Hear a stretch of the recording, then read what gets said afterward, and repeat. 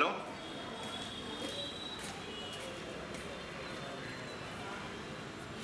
रसिक नमस्कार. टोपीवाला ज्ञान मंडळ आयोजित टोपीवाला व्याख्यानमाला या व्याख्यानमालेचं हे 52वं वर्ष आहे. तर आपल्या सर्वांचं मी प्रदीप देसाई मनपूर्वक या ठिकाणी स्वागत करतो. आज या ठिकाणी डॉक्टर नंदकुमार मुलमुले एक प्रख्यात सायकॅट्रिस्ट आहेत आणि उत्तम लेखक पण आहेत. तर त्यांचा परिचय मी करून देणार आहे, परंतु त्या अगोदर आमच्या व्याख्यानमालेचे सर्वा निमंत्रक आणि खजिनदार सतीश सामंत यांना मी विनंती करतो की त्यांनी सन्मानचिन्ह आणि पुष्पगुच्छ देऊन डॉक्टरांचं या ठिकाणी स्वागत करायचं आहे.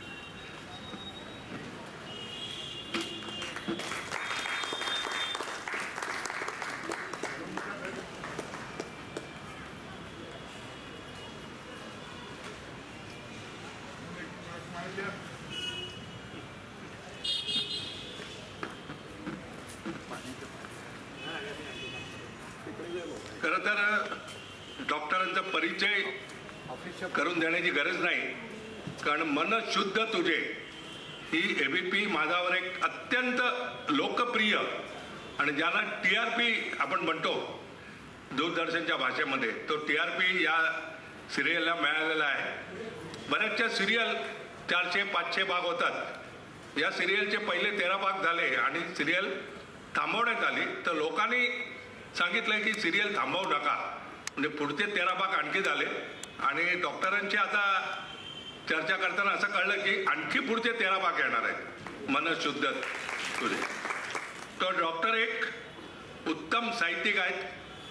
त्यांची अनेक पुस्तकं निघालेली आहेत आणि सायनला जे लोकमान्य टिळक वैद्यकीय महाविद्यालय आहे त्याच्यामध्ये त्यांनी MD केलेलं आहे. सायकॅट्रिस्ट DPM मानस रोग तज्ज्ञ आहेत ते तिकडचे. सायन हॉस्पिटल मी सांगितलं आपल्याला. आणि 1983 मध्ये मुंबई विद्यापीठाचे सुवर्ण पदक मनोविकार तज्ज्ञ म्हणून आपल्याला मिळालं. जरा जोरदार टाळ्या साहेबांसाठी. आणि गेले 40 वर्ष हा व्यवसाय ते करत आहेत. आणि नांदेडला त्यांचं मोठं हॉस्पिटल आहे, पण त्याच्यामध्ये ते फारसे आता गुंतलेलं नाही आहेत. त्यांचे ते 2 सहकारी आहेत, तर ते हॉस्पिटलचं काम बघतात. त्यांचं जाणं येणं तिकडे असतं. आणि दैनिक लोकसत्ता याच्यामध्ये जे चतुरंग पुरवणी 2017ची गोष्ट सांगतोय, या पुरवणीमध्ये मनविकार आणि विचार हे सदर साहेबांनी लिहिलेलं होतं. तसंच मार्च टाइम्स, लोकमत, पुण्यनगरी या दैनिकामध्ये ते सातत्याने लिखाण करत असतात. मनाची एक गुंती हा त्यांचा एकपात्री कार्यक्रम आहे आणि त्याचे जवळजवळ 500 प्रयोग त्यांनी केलेले आहेत. तसेच त्यांचा एक कविता संग्रह पण आहे, दुभंगवाणी हा त्यांचा एक कविता संग्रह आहे. संभ्रमाचे सांगाती हा दैनिक लोकसत्तामधील गाजलेला लेखांचा एक संग्रह आहे त्यांचा. आणि बरीचशी त्यांची पुस्तकं जवळजवळ आपले समोर जे मॅजेस्टिक प्रकाशन आहे अशोक कोठावळे त्यांनी यांची सगळी पुस्तकं प्रसिद्ध केलेली आहेत. मनांतरी हा एक ललित लेख संग्रह त्यांचा आहे.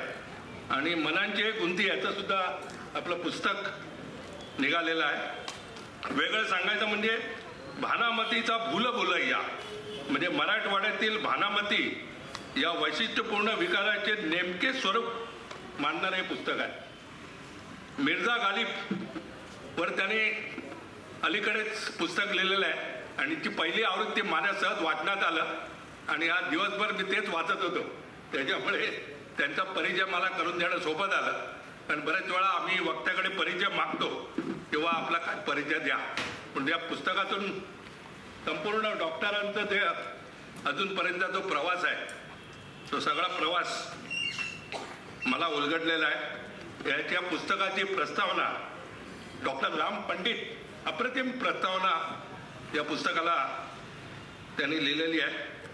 तसेच मी मगाशी सांगितलं की मन शुद्ध तुझे ही सिरियल त्यांची ABP माझा याच्यावर जनरली सिरियल्स हा प्रकार नसतो, परंतु ह्या ABP माझावर त्यांच्या 2 भागात 13 म्हणजे 26 भाग झालेले आहेत आणि मगाशी मी आपल्याला सांगितलं की आता पुढच्या भागाची सुद्धा त्यांची बोलणी चालू आहेत.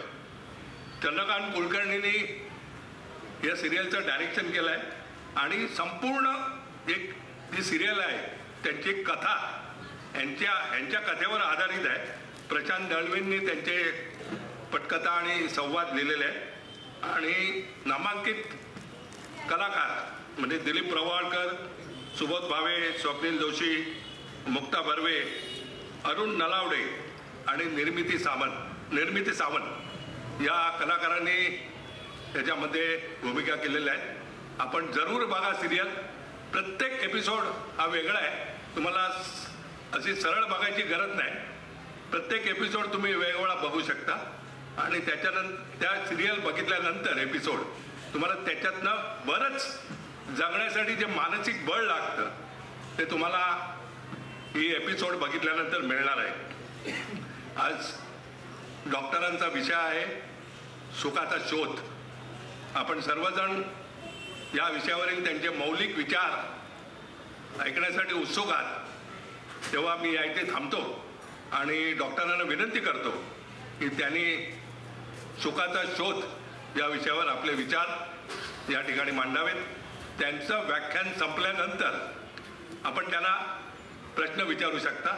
एक 15-20 मिनिटं आपल्याला दिली जातील व्याख्यान संपल्यानंतर. याची आपण कृपया नोंद घ्यावी. डॉक्टर, आपण व्याख्यान सुरू. आणि मोबाईल जरा आपले सायलेंट मोडवर ठेवा, पण ते वाचता कामा नये एवढं लक्षात घ्या. तुम्ही काही करा, ते ऑफ करा, सायलेंट मोडवर ठेवा, पण ते मध्ये कार्यक्रमात वाजू नये अशी एक माफक अपेक्षा आमची, निदान 1.5 तास तरी.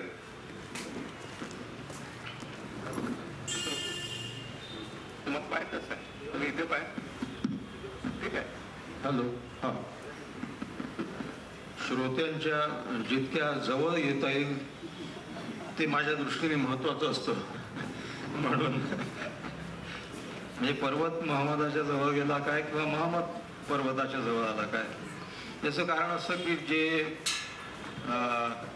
या हृदयीचे त्या हृदयी पोहोचायला पाहिजे ते सायुज्यत्व मला हवं असतं. आणि मला असं वाटतं की तो संवाद, आत्मसंवाद हा एकमेकांमधला होण्यासाठी अंतर जितकं कमी तितकं चांगलं. आता खुर्च्या नाही, मी काही पडत नाही, काही काळजी करू नका. पाय घसरून पडण्याचं वय राहिलं नाही. मी हे लक्षात ठेवतो की मी अगदी टोकावर आहे, परंतु सायकॅट्रिस्ट टोकापर्यंत येतो, टोकाच्या खाली कधी जात नसतो. टोकापर्यंत यावं लागतं. याचं कारण जगातल्या लोकांची मनं अशी टोकापर्यंत आलेली आहेत. आणि मला सांगायची गोष्ट अशी की एक प्रकारचं आंतरिक समाधान होते आहे की या महानगरी मुंबईच्या हृदयस्थानी गिरगाव, मराठी माणसाचं हृदयस्थान, आणि त्या गिरगावाच्या हृदयस्थानी असलेली ही सगळी मंडळी, तुमचा हा समूह, आणि याला आता 2 वर्षात 100 वर्षाची परंपरा अभिमानाने सांगता येईल अशा स्वरूपाची ही सगळी व्यवस्था, ही गणेशाची इतकी सुंदर मूर्ती. व्याख्यान मला 52 वर्ष ना, 52 वर्ष, म्हणजे 52 करत बसतो माणूस आयुष्यभर, पण एवढं सातत्य एखाद्या कामात राहत नाही. ते 52 वर्ष व्याख्यानं चालवणं हा काही हातचा मळ नाही. आणि चिकटपणे, चिवटपणे, चिकाटीने हे सगळं करणं, एक व्याख्यान आयोजित करणं, याच्या मागे किती कष्ट लागतं त्याची मला पूर्ण कल्पना आहे. अनेक ठिकाणी मी गेलेलो आहे. मी रत्नागिरीला गेलो, टिळकांनी स्थापन केलेल्या गणपतीमध्ये व्याख्यान दिलं होतं. काहीतरी 73-74 वर्ष झाले त्याला, त्यावेळी 10-15 वर्षापूर्वीची गोष्ट आहे. सावरकरांनी स्थापन केलेल्या गणपतीच्या ठिकाणी व्याख्यानाला गेलो होतो. केवढी लोकोत्तर मंडळी होऊन गेली होती. आता हे टोपीवाले ज्यांचं आपण नाव घेतो, केवढी दूरदृष्टी असली पाहिजे त्यांना की एक सोसायटी, ज्याला आता आजकाल टाउनशिप म्हणतात, ती त्या काळी त्यांनी स्थापन केली की असा एक समूह असावा की जिथे सगळ्या गरजा माणसाच्या नित्य लागणाऱ्या भागाव्यात आणि त्याचं सांस्कृतिक संवर्धनही व्हावं. आणि हे बघा सेटिंग कसं छान आहे, असं मस्त प्रांगण आहे, खुर्च्या टाकलेल्या आहेत, मंडळी जेवून खाऊन आलेली आहे. मी चहा बिस्किटच घेतले कारण मला संध्याकाळी जेवण जास्त जात नाही आणि मी यांनी फार आग्रह केला, पण जेवल्यावर माणूस सुस्त होतो ना, बोलणाऱ्याला तुम्ही सुस्त झाला तर चालेल, मला बोलायचं असतं उभं राहून. आणि एक त्या काळचं ऑनलाईन, आता इथे घरी घरी बसून जे ऐकतात हे ऑनलाईनच आहे एक प्रकारचे.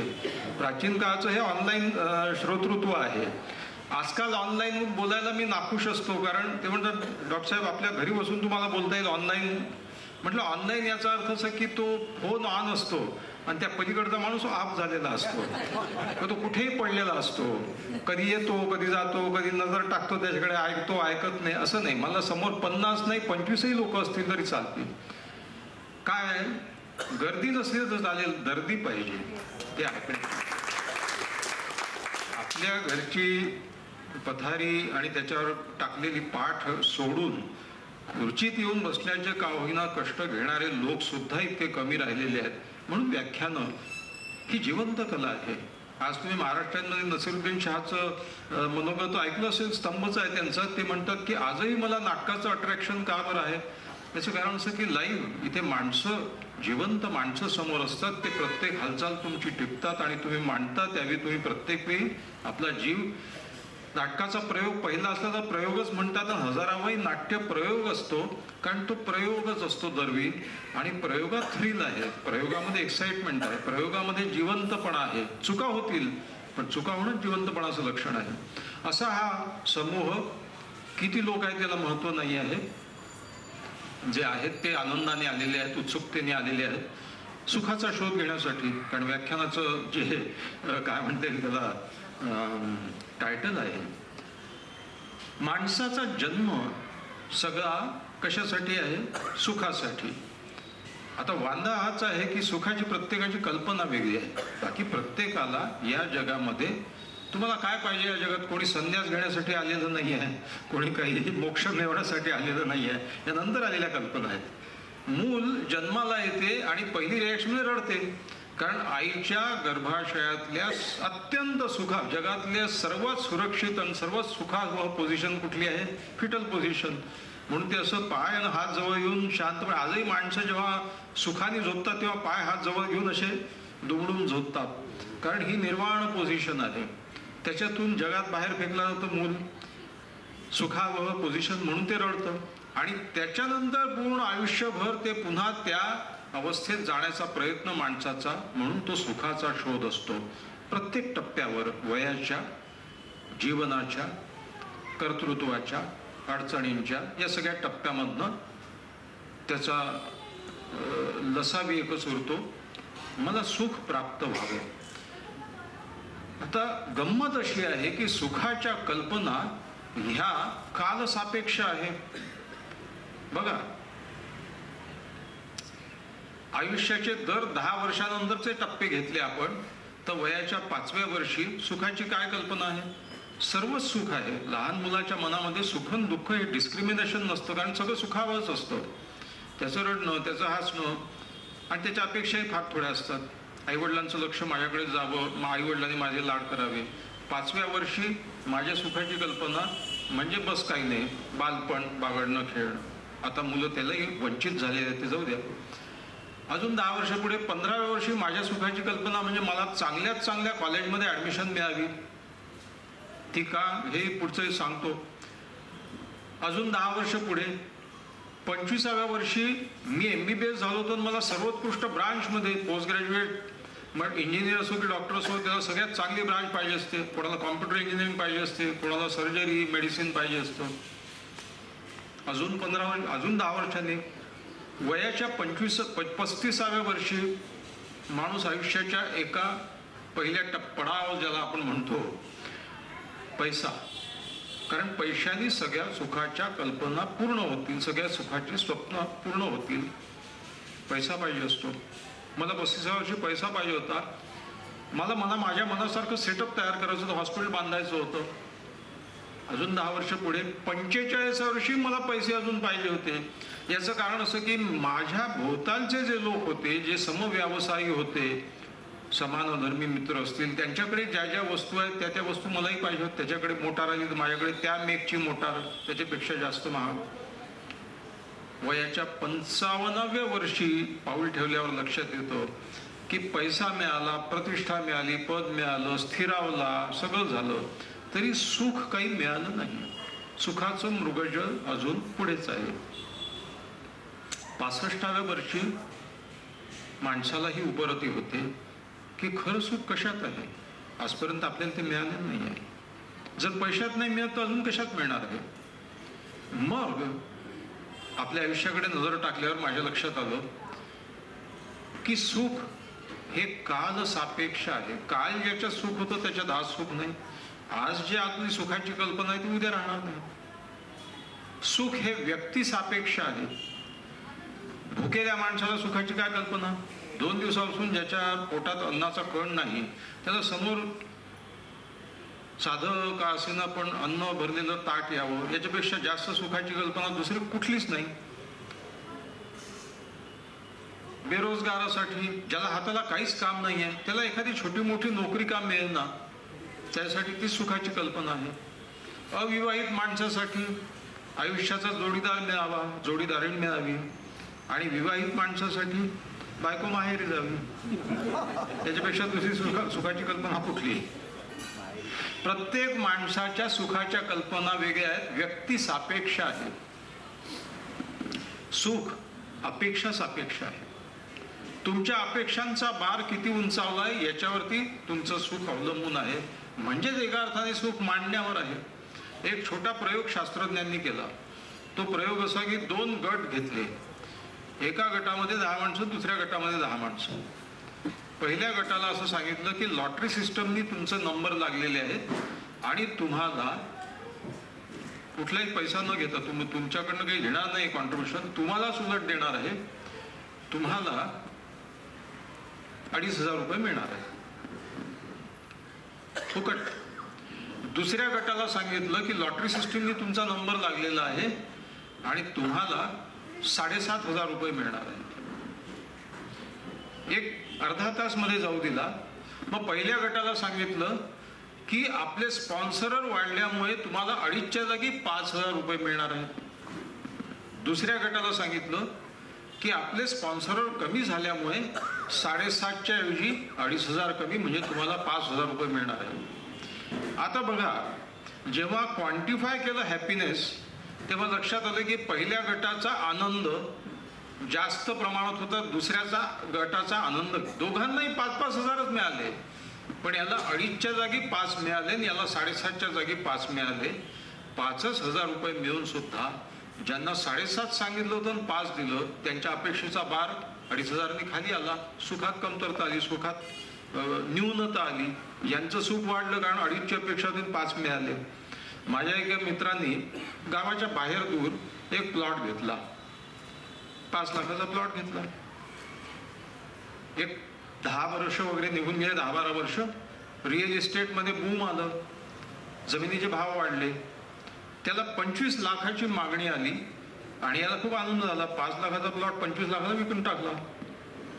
मला वाटलं आता हा त्याचा चेहरा प्रफुल्लित झाला असेल, आनंदी झाला असेल. 25 लाख रुपयाची ऊब याला मिळालेली आहे.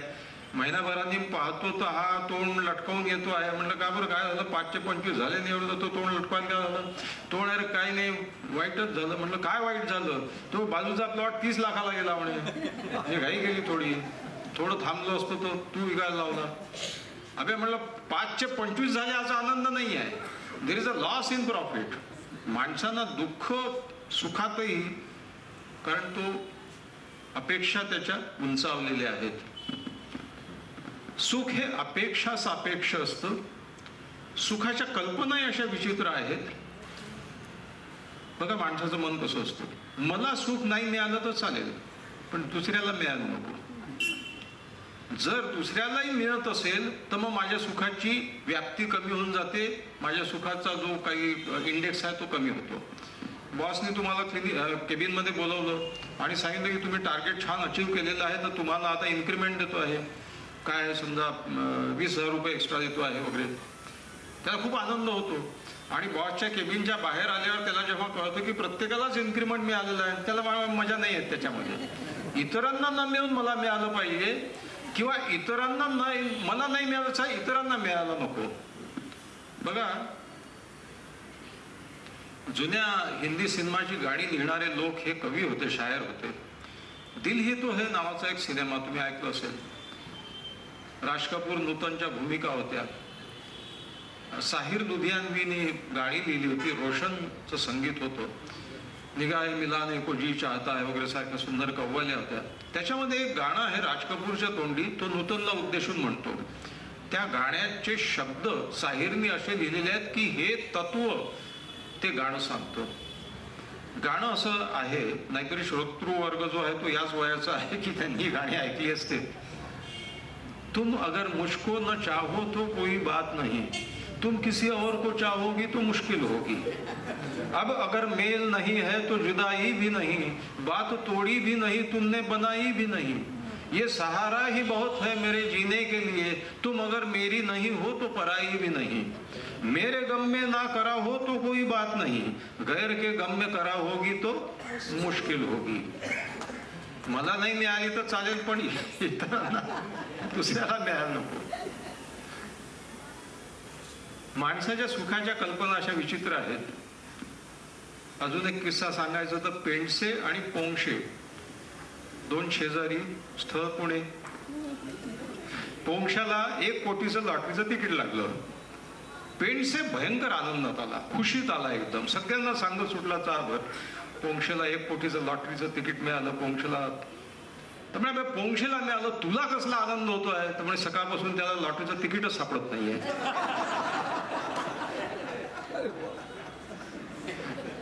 मला नाही मिळालं तर चालेल, इतरांना मिळालं. सुखाच्या कल्पना अशा विचित्र असतात.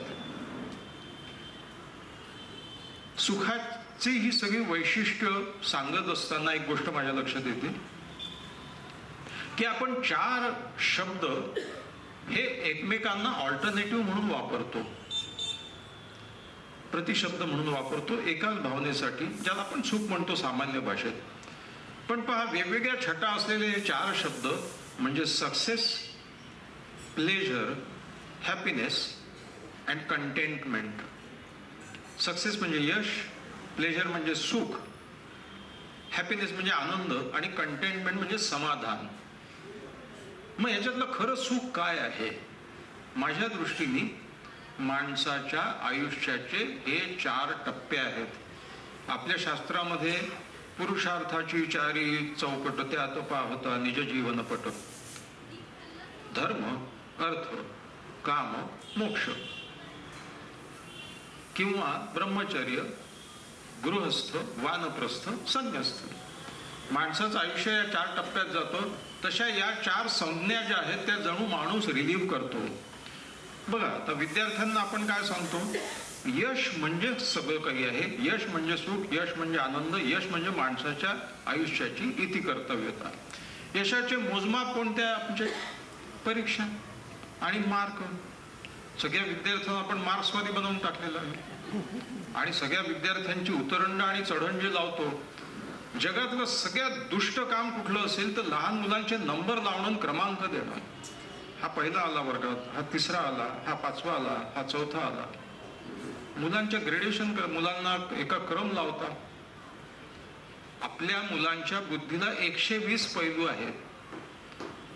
मी तरी त्या काळात जन्माला आलो ज्या काळामध्ये शाळेमध्ये टाकायचे. ज्याला गणित येतो सगळ्यात हुशार. आमचं डोकं गणितात चालायचं ना म्हणून आम्ही मेडिकलला गेलो.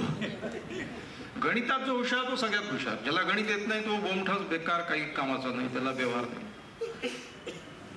उत्तम चित्र काढणाऱ्याची बुद्ध्यांक वेगवेगळ्या प्रकारचा असतो. There is a emotional quotient, there is a social quotient, arts quotient आहे, कॉमर्स क्वोशंट आहे, वेगवेगळे क्वोशंट्स आहेत. बुद्धीला 120 पैलू आहेत. ही आपली एक कल्पना. असं म्हणतात, म्हणजे जे कृष्णमूर्तीचं असं वाक्य आहे की जिथे माणसांना ओढत फरफटत आणावं लागतं अशा 2च संस्था आहेत. एक आहे शाळा आणि दुसरा आहे तुरुंग. पण कोणाची जायची इच्छा नसते त्याच्यामध्ये. याचं कारण असं की आपल्या मुलांना आपण शिकवतो तू यशस्वी झाला तर तुला सुख मिळेल, सर्वस्व मिळेल आणि यशातच तुझ्या आयुष्याची इति कर्तव्यता आणि तुझी लायकी समाविष्ट आहे. इतकं घातक हे वाक्य आहे की ज्या क्षणी तुम्ही मुलांना त्यांच्या आनंदाची सुखाची सांगड एखादं टार्गेट अचीव होण्यामध्ये लावता, तेव्हा मग दुसरं समीकरण त्याच्या मनात तयार होतं की हे जर मला मिळत नसेल आणि मी मिळवू शकत नसेल तर माझं आयुष्य व्यर्थ आहे. कोटा नावाचा एक प्रदेश, एक गाव तुम्हाला सगळ्यांना माहित आहे. एक काही टेक्निकल एज्युकेशनसाठी जे हब म्हणून प्रसिद्ध होतं ते आज कशासाठी आहे? आत्महत्यांसाठी. कोटामध्ये दरवर्षी, मागच्या वर्षी 27 मुलांनी आत्महत्या केल्या. दर 15 दिवसाला एक मुलगा तिथे आत्महत्या करतो. हे आजही चालू आहे. जे वय हे जग सोडून जाण्याचं नाही आणि निश्चितच हे सगळं त्यांच्यावर लादलेलं आहे. ते काय खुशीने आत्महत्या कोणीच करत नाही. त्या स्थितीपर्यंत आपण मुलांना आणून सोडतो कारण आपण त्यांच्या अचीवमेंटची सांगड आनंदाशी घालतो. त्या मुलीचं जे पत्र टाइम्स ऑफ इंडियात मी वाचलं, एका मुलीचं पत्र आलं होतं शेवटी, जे तिने वडिलांना लिहिलं होतं की बाबा, मला आता ही भीषण जाणीव झालेली आहे की तुमच्या ज्या माझ्यापासून अपेक्षा आहेत त्या अपेक्षा मी पूर्ण करू शकत नाही आणि मला आता दुसरा कुठलाही मार्ग दिसत नाही. किती निर्घृणपणा आहे की आई वडिलांमध्ये आणि मुलांमध्ये संवाद एवढा सुद्धा नाही की मुलगी मोकळेपणाने सांगू शकेल की बाबा, माझ्याच्यानी नाही क्रॅक होत ही एक्झाम, माझ्याच्यानी नाही जमत, ते माझ्या कॅपॅसिटीच्या बाहेर आहे. आणि मुलांचं समजून घेणार आहे. काय झालं, सगळं तुला स्कूटर घेऊन दिली, कोचिंग क्लास लावून दिले, एवढं सगळं करून दिलं, मग काय? अरे मर्यादा आहे प्रत्येकाच्या. ससा आहे तो हरिण होऊ शकत नाही, चिमणी आहे ती गरुड होऊ शकत नाही. चिमणी वाईट नाही, गरुड चांगला आहे असंही नाही. प्रत्येक जण गरुड कसा होईल? प्रत्येकाच्या एक एक मर्यादा आहे. त्याच वेळी त्याच्या अनन्वित अमर्याद अशा काही प्रतिभा आहेत, त्या वेगळ्या क्षेत्रात असतील ज्या तुमच्या निकषात बसत नाही. त्याला काय करणार तो? म्हणजे आता आम्ही बोलत होतो गायतोंडेंबद्दल, प्रख्यात चित्रकार, की वडील म्हणायचे की हा अभ्यासच करत नाही, ठोकून काढायचे. आता त्या काही चित्रकला, पण ते उशिरा लक्षात येतं. तोपर्यंत मुलांची मनं कोळपून गेलेली असतात. ह्या श्रोतृ समुदायामध्ये मुलं तर नाही आहेत, तरुणही नाही आहेत. व्याख्यानात ऐकायला म्हणजे सेकंड इनिंग संपवून दोन्ही विकेट उडालेले लोक येतात, परंतु तुम्ही ते वाहक आहात. ते मांजर सुद्धा आहे इथे. म्हणजे उद्या कोणी असं म्हणू नये की डॉक्टर मुलमुलेच्या व्याख्यानाला काळं मांजर देखील नव्हतं. सांगायची गोष्ट अशी की तुम्ही ही गोष्ट तुमच्या मुलांना आणि तुमच्या नातवंडांपर्यंत पोहोचवू शकता की आपल्या आनंदाची सांगड आपल्या यशासोबत घालू नका. एक साधी गोष्ट सांगतो. जे काम मुलं आनंदाने, एन्जॉयमेंटनी आणि जीव लावून करतात त्या कामात यश आपोआप मिळतं. माझ्या आयुष्यात मी कुठल्याही परीक्षेत पहिल्या नंबर, मी एकदम थेट MD सायकॅट्रीतच गोल्ड मेडल मिळवलं. आणि ते मला कसं मिळालं मला माहित नाही. मला त्या विषयावर प्रचंड प्रेम होतं आणि मी खूप आनंदाने ते करायचो. जे काम मी आनंदाने केलं तेवढ्याच कामात मी यशस्वी झालो. माझ्या मुलीचा फोन आला, ऑस्ट्रेलियामध्ये ती असते आणि ती म्हणाली की आता 2 अटेम्प्ट झालेले आहेत या फेलोशिपचे. आपल्याकडची डिग्री तिकडे चालत नाही, ते तिकडे 2 वर्ष काम करू देतात, नंतर तिथली डिग्री घ्यावं लागते. तिथली डिग्री म्हणजे फेलोशिप. आणि तिथे अत्यंत टफ एक्झाम असते. तिथे पर्सेंटाईल लावतात.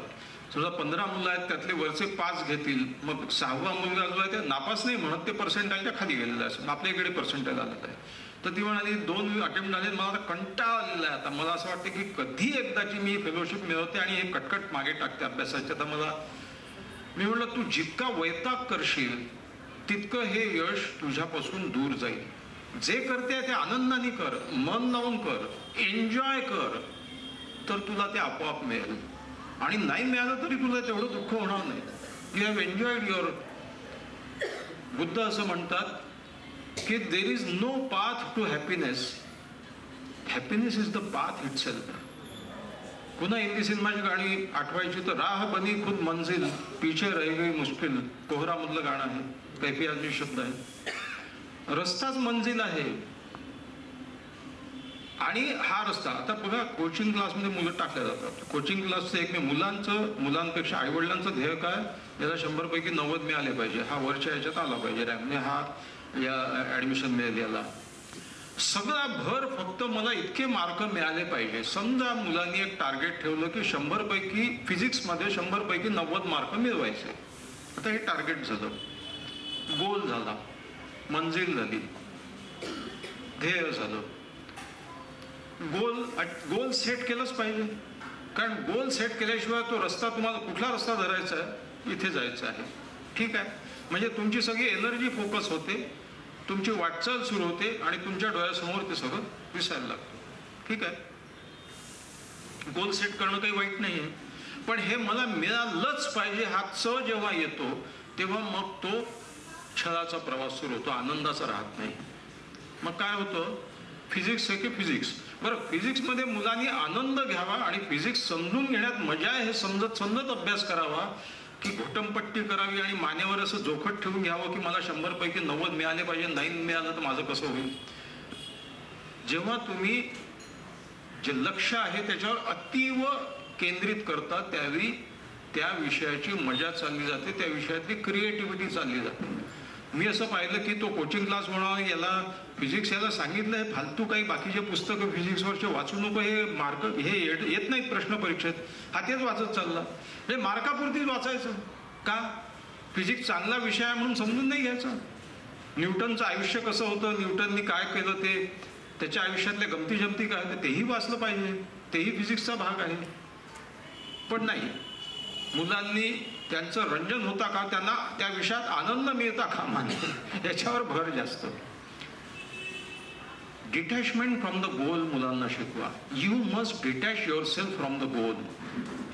You must detach the sense of happiness from the गोल. मला ते मिळालं तरच आनंदी, नाही मिळालं तर वाईट, हे काढून टाका. मुलांची क्रिएटिव्हिटी मारून टाकू नका. आपल्या सगळ्या अभ्यासक्रमाचा आणि शैक्षणिक ह्याचा जो काही हे जे प्रकार आहे तो मुलांची क्रिएटिव्हिटी मारून टाकणे, मुलांना एका मार्कात बसवणे. कालच एका डीनशी बोलत होतो मेडिकल कॉलेजच्या, तर मेडिसिन हे क्वांटिफाय नाही करू शकत. आता MCQ नावाची पद्धत आलेली आहे. मुलांना आता फक्त 4 ऑप्शन 1 उत्तर बरोबर, 4 ऑप्शन 1 उत्तर बरोबर, 200 प्रश्न. आता मुलं दुसरं काही वाचतच नाही. आताची जी पिढी डॉक्टर होते आहे त्या डॉक्टरच्या हातात आपला जीव, तुम्हाला आम्हाला अजून चांगले डॉक्टर शिल्लक आहे त्यांच्या हातात, आपण आता पुढच्या पिढीला जीव त्यांच्या हातात सोपवावं लागणार आहे ज्या मुलांना बेसिक कन्सेप्टच क्लिअर नाही आहेत. कारण त्यांनी अभ्यासच असा केलेला आहे की ते वर्गात बसत नाही, समोरच्या कोचिंगला. हे BJ मेडिकल कॉलेज पुण्याच्या प्रोफेसरनी मला सांगितलं, वर्गात मुलंच येत नाही, समोरच्या कोचिंग क्लासमध्ये जातात. कारण MBBSला ऍडमिशन मिळालं आधी MCQ, ती मिळाल्याच्या नंतर पोस्ट ग्रॅज्युएशन चांगल्या ब्रांचमध्ये म्हणून MCQ. हे काय, 4 वाक्यात 4 ऑप्शन मध्ये कुठे माणसाच्या शरीराचं ज्ञान फिट करता येतं का, नाही करता येत. पण सिस्टीम अशी झालेली आहे, गोल डायरेक्टेड आणि तुमच्या आनंदाची सांगड यशस्वी. कर्मण्येवाधिकार असते मा फले, सगळ्यांना माहिती हा श्लोक कृष्णाचा.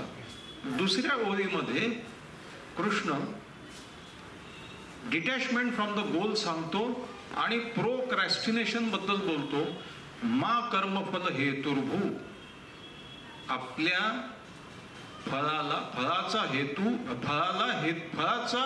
हेतू चिटकवू नको, आपल्या कर्माला फळाचा हेतू चिटकवू नको. मा कर्मफल हेतुर्भू माते संवस्त्व कर्मणी, कर्मही करणार नाही असं नाही, असंही करता कामा नये. You have to do what you have to do. कारण माणूस बनलेला कर्मासाठी आहे. He has to work, he has to live the life. त्याच्यामुळे डिटॅचमेंट फ्रॉम द गोल आणि प्रोक्रॅस्टिनेशन या दोन्ही गोष्टीबद्दल तो सांगतो.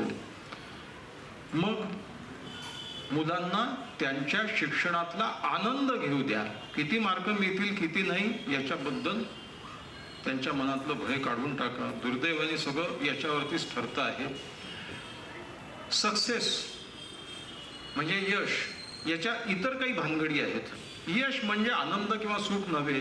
याचं कारण असं आताच आम्ही बोलत होतो की माणसं यशस्वी होतात पैसा मिळवण्यामध्ये, पण तो पैसा एन्जॉय करायला वेळ नसतो. याचं कारण असं, त्यांना अजून उंच शिखर दिसते यशाचं, तिथे पोहोचले की अजून वरचं शिखर.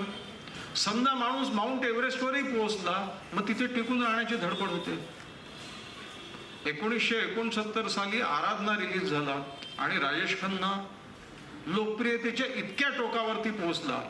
राजेश खन्ना असं लिहितो की मी हे यश पचवू शकत नव्हतो, इतक्या भयंकर उंचावर पोहोचलो की जिथे, हे बघा, समाधानाचा प्राणवायू हा जमिनीलगत असतो. जसं जर तुम्ही वर जाता तो प्राणवायू कमी होत जातो. माझ्या भोवताली फक्त स्तुती पाठक उरले, माझे खरे मित्र खाली राहिले. जे मित्र माझी चुका दाखवू शकत होते त्यांचं मी ऐकण्याच्याही मनस्थितीत राहिलं नाही.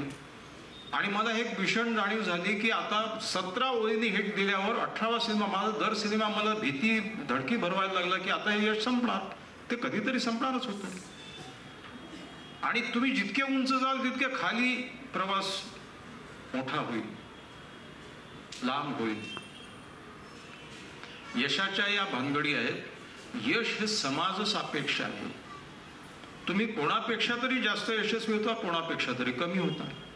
आणि त्या कमी होण्यापेक्षा, म्हणजे तुमच्यापेक्षा कमी आहे तिकडे नजर नाही जात, माझ्यापेक्षा कोण जास्त आहे.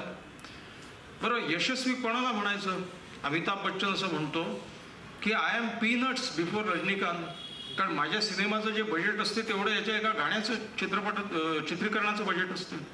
म्हणजे मग यशस्वी कोण आहे? शेवटी हे समाज सापेक्ष आहे. तुम्ही एकटे यशस्वी नसता. एका बेटावर एक माणूस आहे, तो यशस्वी अयशस्वी नसणारच नाही. हे सगळं तुलनात्मक आहे आणि तुलना विषमता जन्माला घालतो. मग यशासाठी प्रयत्न करा, पण हे मला मिळालंच पाहिजे तरच मी वर्थ आहे हे मुलांच्या मनातून काढून टाका, नाहीतर त्यांना अकाली तुम्ही मृत्यूकडे नेत आहात.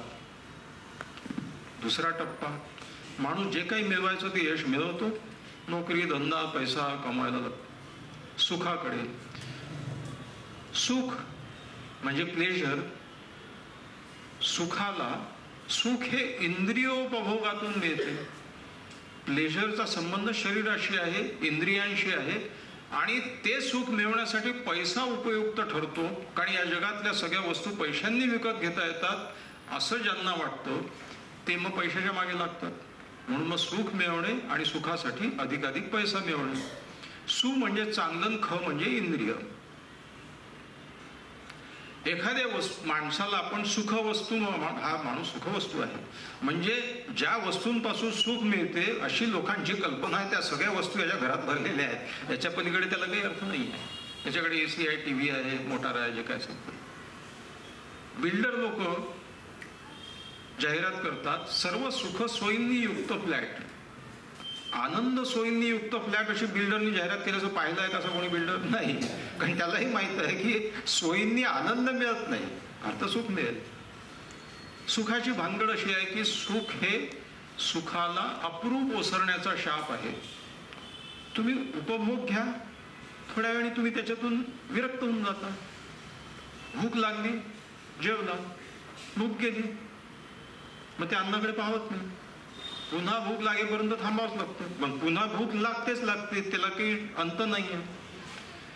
ययाती आणि देवयानी कुसुमाग्रजांचं नाटक आहे. ययाती नावाचा राजा होता कुरुवंशामध्ये.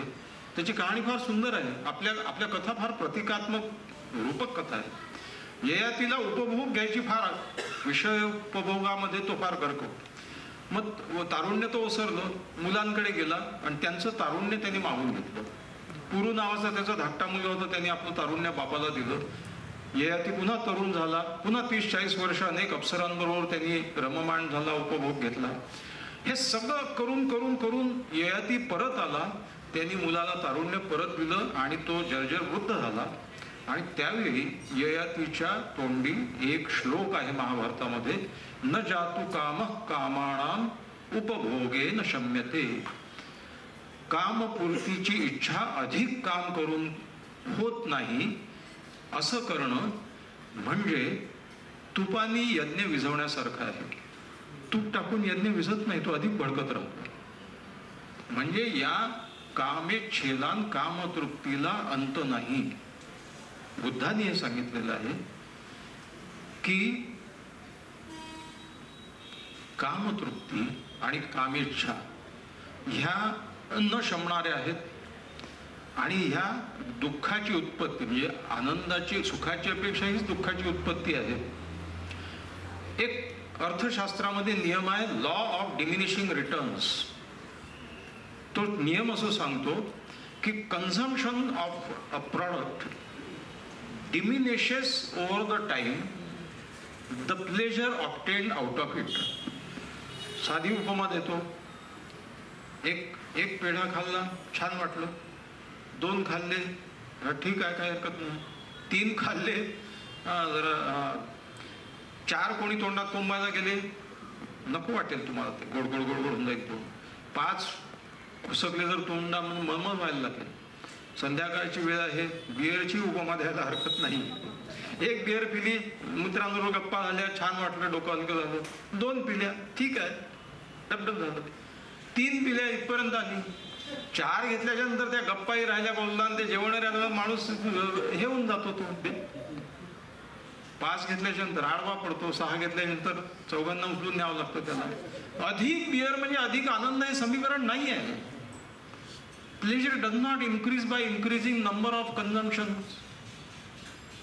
म्हणून सुखाला अप्रूप ओसरण्याचा शाप आहे. Pleasure is curse with satiety, कारण त्याला अंत नाही आहे. बरं, तुमची कपॅसिटी आहे ना एक. मी 5 स्टार हॉटेलमध्ये गेलो.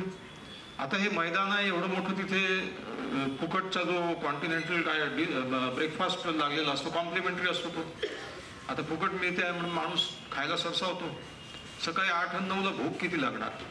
बरं, भूक सकाळी 8 असो का रात्री 8 असो, माणसाच्या पोटाची कपॅसिटी अर्धा लिटर आहे. मी गेलो, 1 डोसा खाल्ला, 1 आमलेट खाल्लं, 1 पेदावर ज्यूस पिला, संपलं. त्याच्यानंतर तिथे हजारो पदार्थ असतील, पण मी नाही खाऊ शकत ना. सुखाला मर्यादा आहे. तेव्हा सुखाचा उपभोग घेऊ नका असं नाही आहे, पण त्यातलं वैयर्थ ओळखा. त्याचा हपापल्यासारखा अतिरेक करू नका, नाही तर तुमच्या पदवी दुःख येईल. आता ह्या सुखाच्या भानगडी, सुख इज प्लेजर, हे झालं. मग येतो आनंद ही कल्पना. साधारण 40च्या आसपास माणसाला कळायला लागतं की हे सगळं पैसे मिळवणं, हे सुखोपभोग घेऊनही आपल्याला खरा आनंद नाही मिळणार. Happiness is a psychological concept. Success is a social concept. Pleasure has a bodily context. सुख हे शरीर सापेक्ष आहे. यश हे समाज सापेक्ष आहे. आनंद ही मानसिक संकल्पना आहे. मग कळतं की पैसा माणसाला सुख देतो, तो दुसऱ्यासाठी खर्च करून. पैशाने सुख मिळतं का? अधिक पैसा म्हणजे अधिक सुख हे समीकरण नाही, हे मी नाही सांगत. लक्ष्मी मित्तल सारखा स्टील जायंट सांगतो की after certain limits money cannot give you more happiness. एक विशिष्ट गरजा पूर्ण झाल्या की नंतर मग पैशाचा वेगळा उपयोग नाही राहत. पण पैसा तर मिळवलाच पाहिजे. पैसा यासाठी मिळवला पाहिजे की पैसा रोजगार जनरेट करतो. आज टाटाचं एवढं मोठं एम्पायर आहे. टाटा अनेकांना रोजगार देतो, अनेक कुटुंब चालतात, अनेक संसार चालतात. आणि क्रिएटिव्हिटी, संपत्ती निर्माण करणं चांगली गोष्ट आहे, महत्वाची गोष्ट आहे. देश निर्माण होतो त्याच्यातून. पण ती सांगड आपल्या वैयक्तिक सुखाची घालून चालत नाही. म्हणून रतन टाटा इतके साधेपणाने राहायचे, कारण त्यांना वैयर्थ कळलं होतं त्याच्यातलं. याचा अर्थ असा आहे की आपण पुढच्या टप्प्यावरती येतो. आनंद कशातून मिळतो? वर्ल्ड हेल्थ ऑर्गनायझेशन यांनी हॅपीनेस इंडेक्स काढला. WHO आणि UNO हे सगळ्या राष्ट्रांच्या हॅपीनेस इंडेक्स शोधून काढतं. दरवर्षी एक लिस्ट प्रसिद्ध करतो. त्या हॅपीनेस इंडेक्समध्ये आइसलंड, फिनलंड असे देश आहेत जिथले लोक आनंदी आहेत. आपला नंबर अधेमध्ये कुठेतरी आपल्यापेक्षा भूतान बरा आहे. भूतानमध्ये हॅपीनेस इंडेक्स म्हणजे हॅपीनेस इंडेक्स ही गोष्टच भूतानच्या राजांनी काढली होती, ती WHO ने अडॉप्ट केली. WHO असं म्हणतो की जगात आनंद मिळवण्यासाठी काही गोष्टी हे संशोधनांती सिद्ध झालेलं आहे. WHOचे 4 क्रायटेरिया आहेत. पहिलं, अन्न वस्त्र निवारा, माणसाच्या प्राथमिक गरजा पूर्ण झाल्या पाहिजे.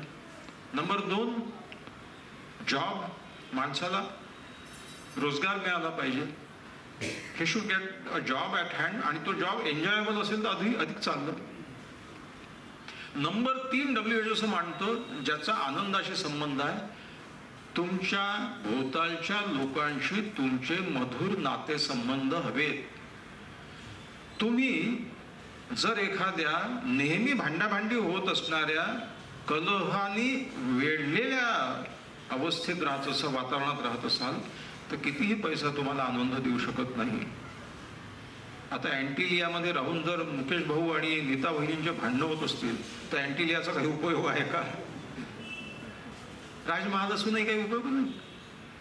आनंद ही मानसिक संकल्पना आहे. त्याच्यासाठी माणूस हा समाज प्राणी आहे. माणूस एकटा नाही राहू शकत. माणसाच्या भोवतालचे एका एन्व्हायरमेंटमध्ये राहतो.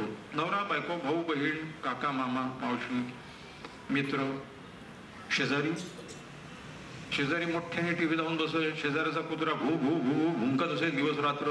तुम्ही कडेकोट बंदोबस्त कसा करता? तुमच्या भोवतालच्या लोकांशी तुमचे मधुर नातेसंबंध पाहिजेत. ती आनंदासाठी एक महत्वाची अट आहे आणि ते मधुर नातेसंबंध टिकवणं ठेवणं हे अर्ध तरी कमीत कमी तुमच्या हाती आहे. You need good relationship with people. आनंदासाठी ही गोष्ट. आता मी शेवटच्या टप्प्यावर येतो. आता ही गोष्ट झाली आनंदाची. बघा, सुख हे घेणं जाणतं, आनंद हा देऊन मिळतो. Pleasure is taking, happiness is giving. पैसा आनंद देतो हो, दुसऱ्यांसाठी खर्च करून.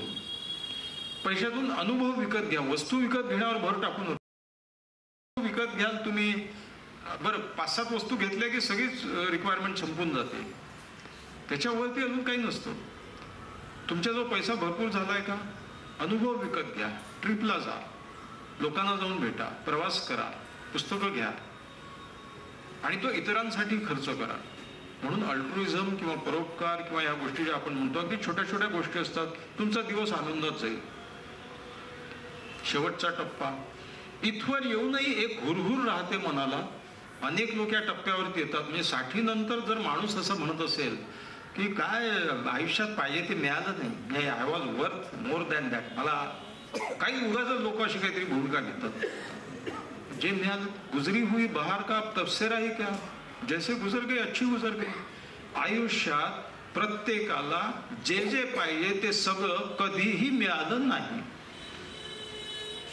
जे परमेश्वरी अवतार होऊन गेले त्यांनाच मिळालं नाही. अतिसमृद्ध झाले आणि यादव एकमेकात भांडायला लागले आणि कृष्णाला द्वारका सोडून जावं लागलं.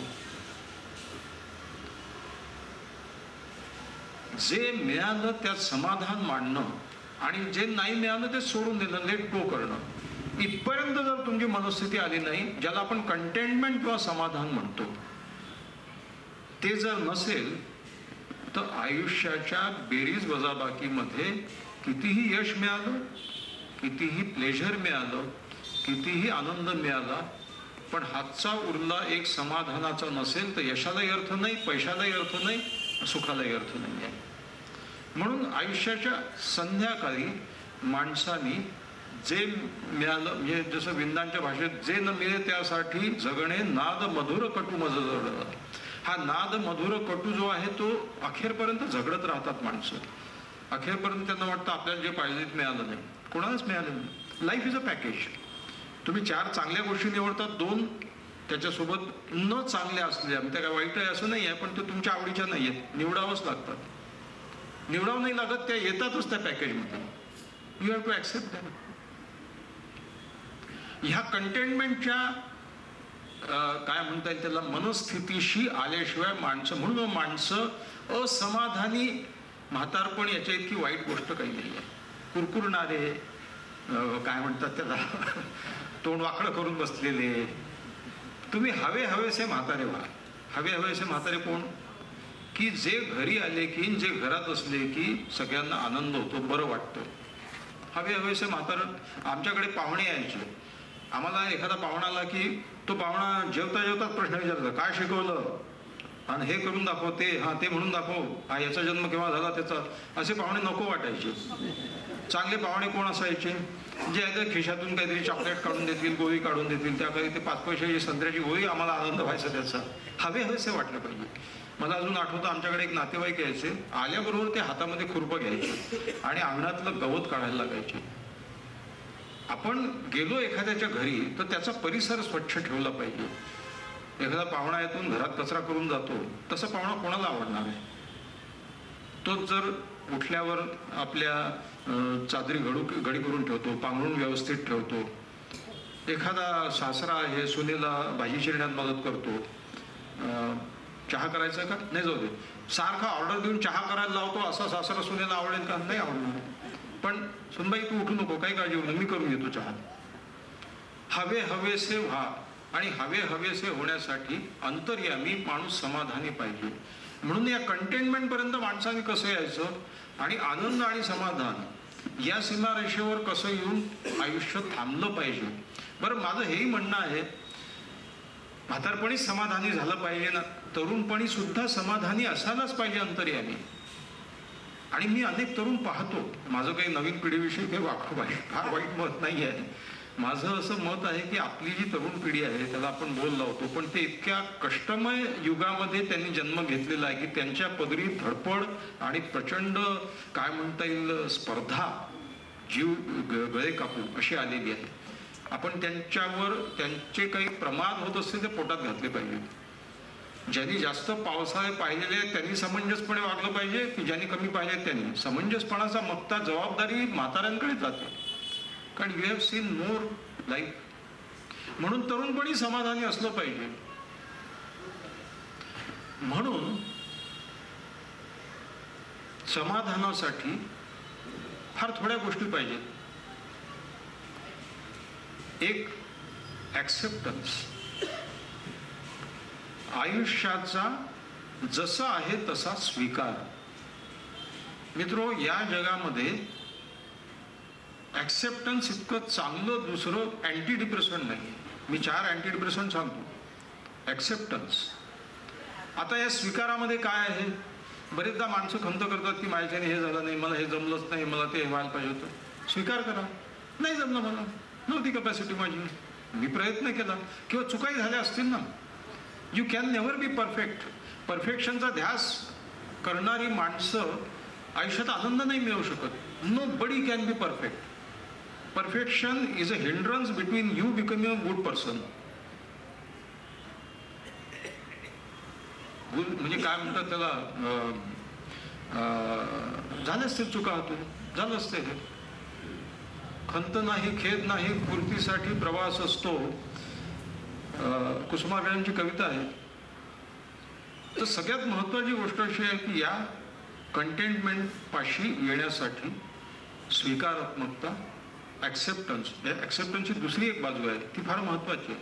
म्हणून मी म्हणलं मधुर नातेसंबंध पाहिजे. WHO म्हणतं काय पाहिजे? Accept him as he is, accept her as she is.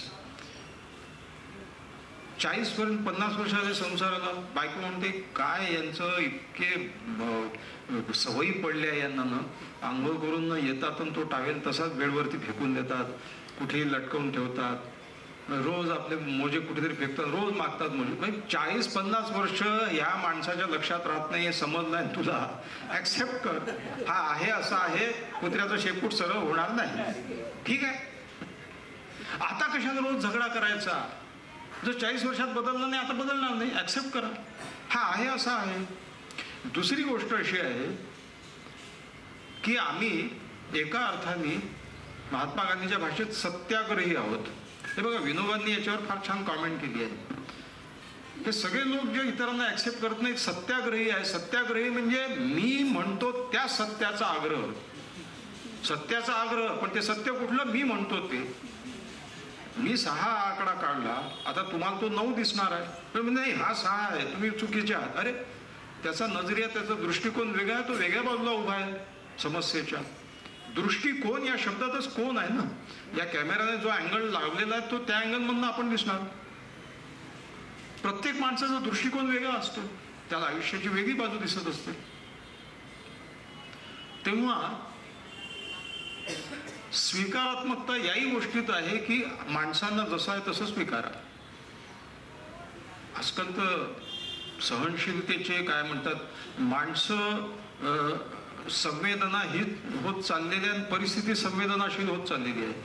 माणसांच्या अग्राची काय म्हणतात त्याला, इगोची अग्र इतकी टोकदार झालेली आहे की मी मोबाईलची रिंग वाजवली आणि त्यांनी फोन नाही उचलला, रिंग वाजवून बंद पडला मोबाईल, फोनच नाही उचलत, माजला आहे, जास्त करून राहिला, माझ्याकडे लक्षही देत नाही, लगेच त्याचा मेसेज आला, तुम्हाला ब्लॉक करून टाकलेला आहे का, तुझ्या मोबाईलची रिंग वाजवून थकलेला आहे मी. अरे तुझी मोबाईलची रिंग वाजत होती त्यावेळी मी स्वच्छतागृहात जाऊन दुसरं काही काम करत असतो, त्या कामालाही तितकाच वेळ लागतो, रिंगही तितके, हे मी काय करू, ते करू की हे करू.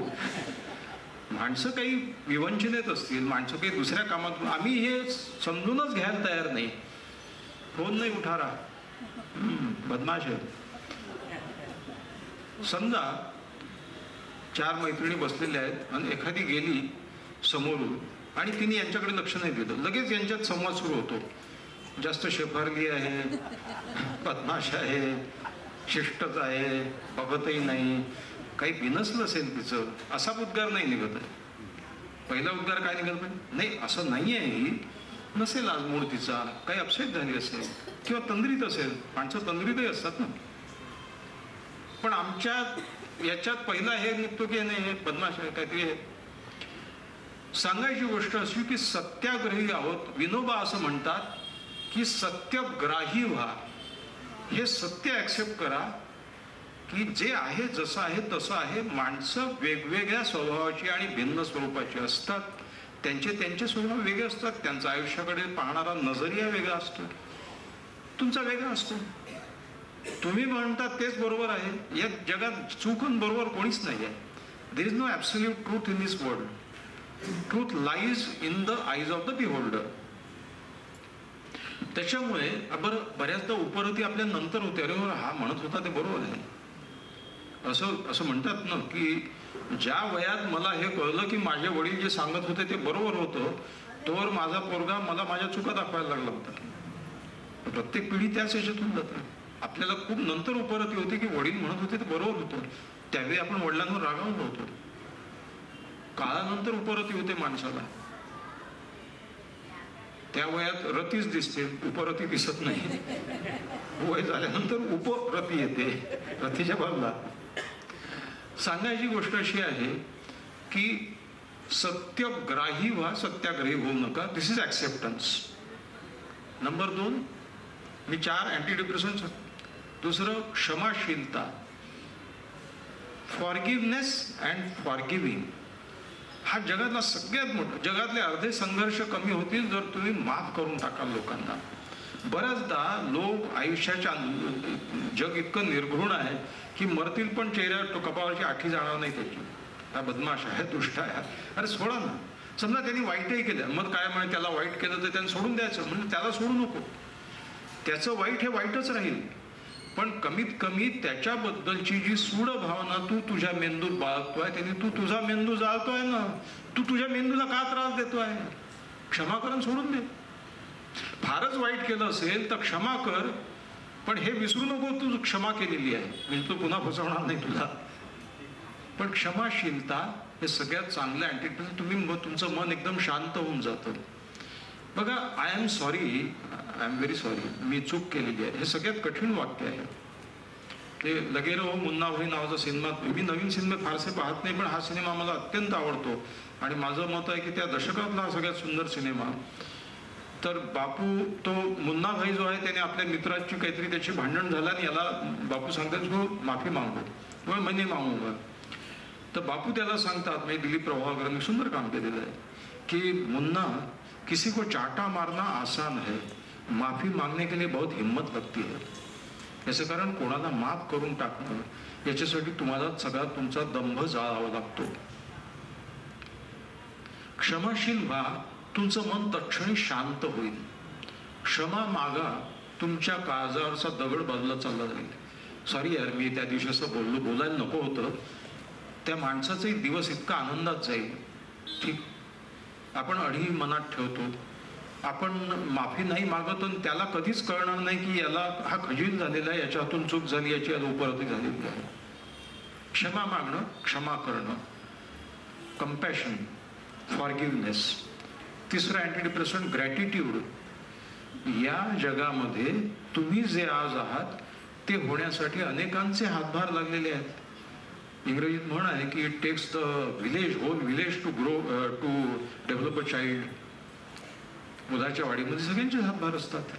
तुमच्या या परिस्थितीत खूप जणांचे हातभार लागले. आपण कधी कृतज्ञता व्यक्त करतो का? कृतज्ञ असणं हीच एक मन शांत करणारी गोष्ट आहे.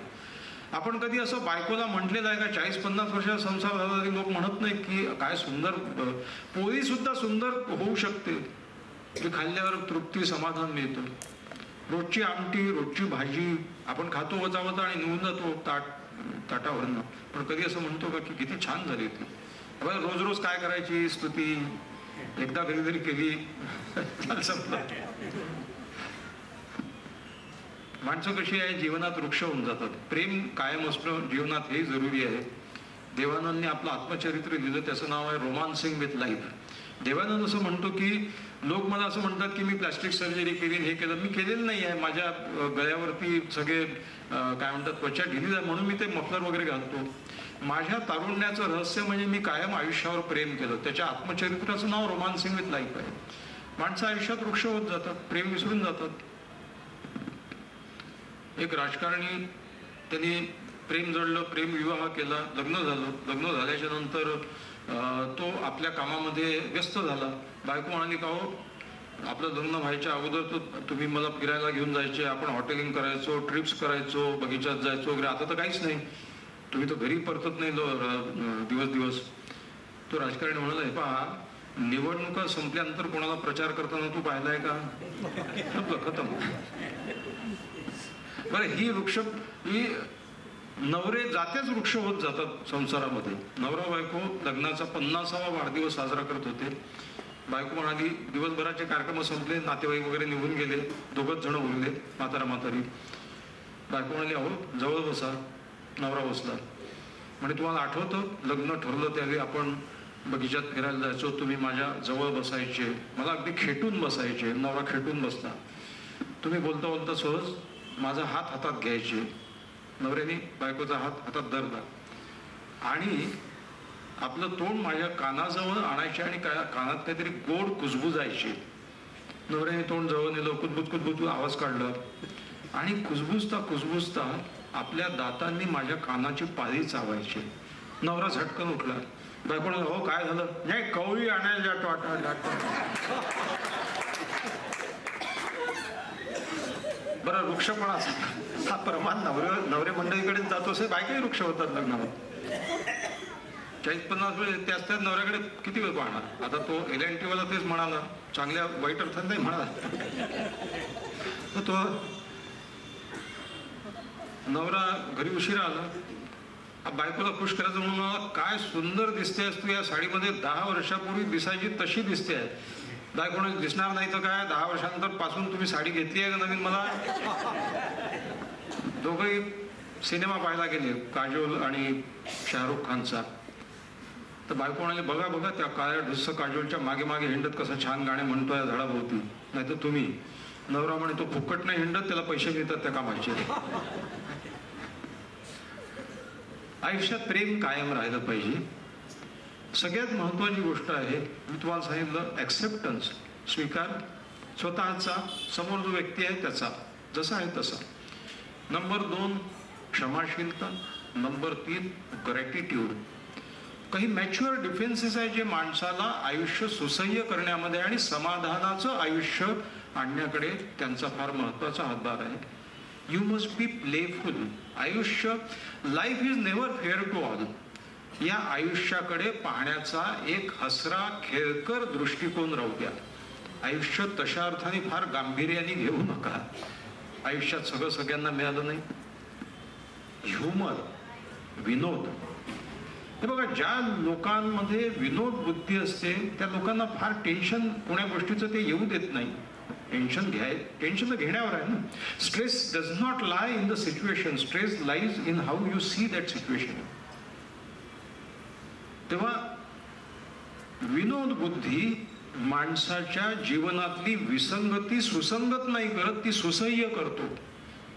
विनोदाचं कामच हे आहे की आपल्यातलं जे जुनं आहे ते सुसह्य करणं. विनोदाची गोष्ट निघाली आहे. महाराष्ट्राचं लाडकं व्यक्तिमत्व पुलंच्या नावावर अनेक कोटे आहेत, पण मला जी आवडते ती सांगतो आणि पुढच्या टप्प्यावर जातो. ते म्हणजे असंच व्यासपीठ होतं, भाषणं चालू होते. भाषणामध्ये 3च लोक होते, पुलं आणि प्रतापराव पवार दोघंजण बसले होते आणि समाजवादी नेते नागगोरे भाषण करत होते. आणि नागगोरे सारखं म्हणत होते की पोलीस सुधारले पाहिजे, पोलीस सुधारले तर प्रशासन सुधारेल, पोलीस हा प्रशासनाचा प्रतिनिधी असतो, तो सुधारला पाहिजे तर देश सुधारेल, पोलीस सुधारले पाहिजे. आता पुलं ऐकून ऐकून कंटाळले आले. मग प्रतापरावांच्या कानात बोलले, कोणीतरी गोऱ्यांना सांगा पोलीसही सुधारतील, हप्त्या हप्त्याने सुधारतील. शेवटी काय, समाधानाचा हा पडाव सगळ्यात महत्वाचा आहे. कारण आयुष्यामध्ये या सगळ्या गोष्टी नगण्य ठरतात. हे बघा, आता एक ही सफ में खडे हो गए महमूद व अयाज, न कोई बंदा रहा न कोई बंदा नवाज. शेवटी त्या नियतीपुढे सगळेजण समान होऊन जातात. 70 नंतर कोणी किती पैसा कमवत, तुम्ही बॅचचे गेट टुगेदर होत असतील सगळे, नंतर लक्षात येतं की अरे हा म्हणजे मी नागपूरहून आलेलो आहे. नागपूरला आमच्या 75 म्हणजे आमची 75ची ॲडमिशन MBBSची बॅचचं गेट टुगेदर होतं. 200 मुलांची ॲडमिशन व्हायची. आता 150 शिल्लक आहेत. 27 मुलं म्हणजे माणसंच झाले, ते आता खतम झाले, टाटा बाय बाय करून वर गेले. आयुष्य कसं आहे, आयुष्यामध्ये शेवटी हा भाग फार महत्वाचा आहे की या वयाच्या टप्प्यावरती तसं तर कधीच पैसा हा महत्वाचा समजू नये, पण तो एकेकाळी असतो. People don't take you seriously till you earn money. फुकट जर फिरत फिरत मी आलो असतो तर मला व्याख्यानाला कोणी बोलवलं नसतं. काहीतरी प्रस्थापित झाल्यावरच माणूस लोक तुम्हाला नाहीतर गांभीर्याने घेत नाहीत. पण त्यातलं वैयर्थही करण्याचं एक वय आलं पाहिजे की ठीक आहे, मनी डज नॉट मॅटर नाव. आता तर मी वर्ष बिना काही खरेदी केल्या राहू शकतो. मी मॉलमध्ये जातो, मला वाटतं माझ्याकडे बस माणसाने डझनभर शर्ट विकत घेतले, त्याच्या आवडीचे 2च असतात किंवा 1च असतो, तो घालतो. तुम्ही बघा गरजा किती कमी होऊन जातात. आणि नाहीच आहे ते आयुष्यात महत्वाच्या गरजा. माणसाच्या आयुष्यात गरजा फार कमी आहेत. नंतर कळतं की मी शर्ट असा काय घातला काय आणि दुसरा काय घातला काय, सारखंच आहे काय. विशेष स्वच्छ असावेत. आता हा शर्ट 3000 रुपयाचा आहे की 300 रुपयाचा आहे, काही फरक नाही पडत. तेव्हा हे वैयर्थ कळता कळता मग माणूस या वय टप्प्यापर्यंत समाधान माणसाचं आयुष्यात महत्वाचं आहे. जो मुद्दा मी सांगत होतो तो हा आहे की आता लक्षात येतं की आयुष्यात काय महत्वाचं आहे. अमेरिका, पहिली गोष्ट तर अमेरिकन लोकांच्या बुद्धीवरच माझा विश्वास नाही. एका धट्टिंगण गुंड स्वरूप इस्माला सर्वोच्च स्थानावर जे बसवतात ते मतदार, आपले मतदार खूप चांगले, म्हणजे ते धर्मेंद्र हेमा मालिनीला निवडून देतात. पण ठीक आहे, चांगली कामं करत असतील ते, पण हे काय. दुसरी गोष्ट अशी की America is a country where there are 2 epidemics. One epidemic is, बरं हे फार जबाबदार माणसाने सांगितलं जो 25 वर्ष अमेरिकेत राहतो आहे. there is a epidemic of obesity. हे देश कसा आहे की याला कळत नाही की आपल्या नागरिकांचं आरोग्य आपण किती खराब करून टाकलेलं आहे. ते एफर्वसंट लिक्विड्स, कोल्ड ड्रिंक्स आणि जंक फूड, फास्ट फूड. मला तर फास्ट फूड ही गोष्ट, हा शब्द विचित्र वाटतो. फूड कधी फास्ट व्हायला लागलं? 2 मिनिटात शिजते म्हणून फास्ट फूड. फास्ट डायजेशन नाही आहे, निसर्ग तेवढाच वेळ घेतो. फास्ट डायजेशन आहे का? ते जेव्हा बाहेर पडायचं तितका वेळ लागतो. अजून लाखो वर्षापासून ते तेवढाच वेळ घेते पोटातून बाहेर पडायला. फास्ट डायजेशन नाही आहे. निसर्गाला एक गती आहे, ती गती तो सांभाळतो. तुम्ही फास्ट फूड म्हणा त्या फूडला, फूड फास्ट कसं होणार आहे? ते 2 मिनिटात बनते म्हणून फास्ट फूड नाही आहे.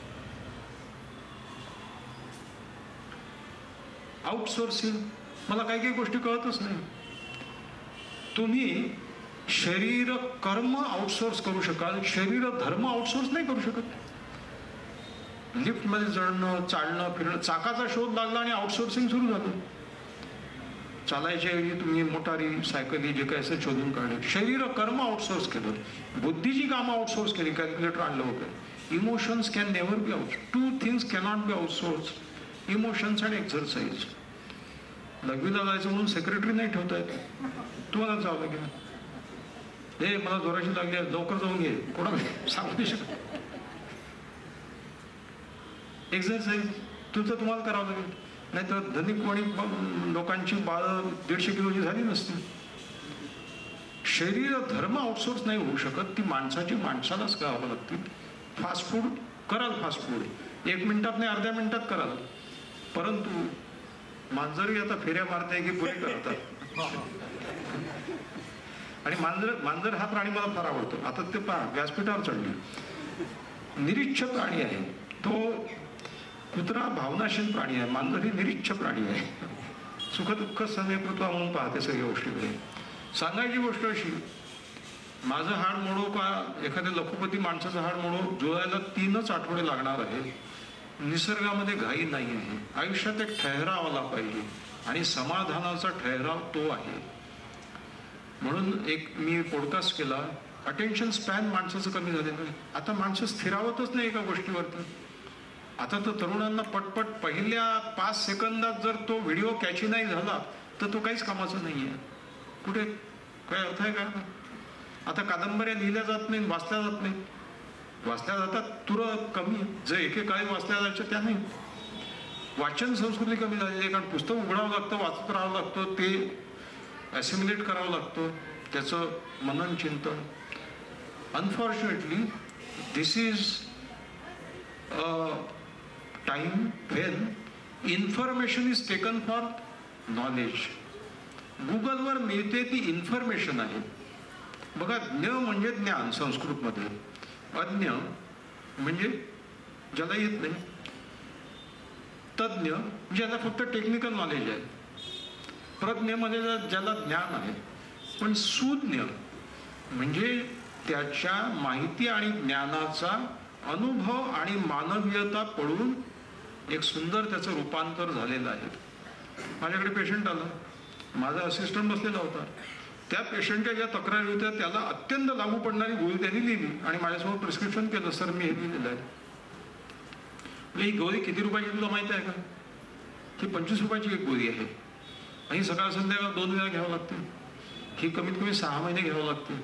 तो पेशंटकडे पहा, तो अफोर्ड करू शकतो का? त्याच्या अंगावरचा शर्ट, कपडे पहा, तो दुरून आलेला आहे आणि त्याचं तेवढं तो तर आपल्या फी देता देता हैराण झालेला आहे. तो ही अफोर्ड नाही करू शकणार.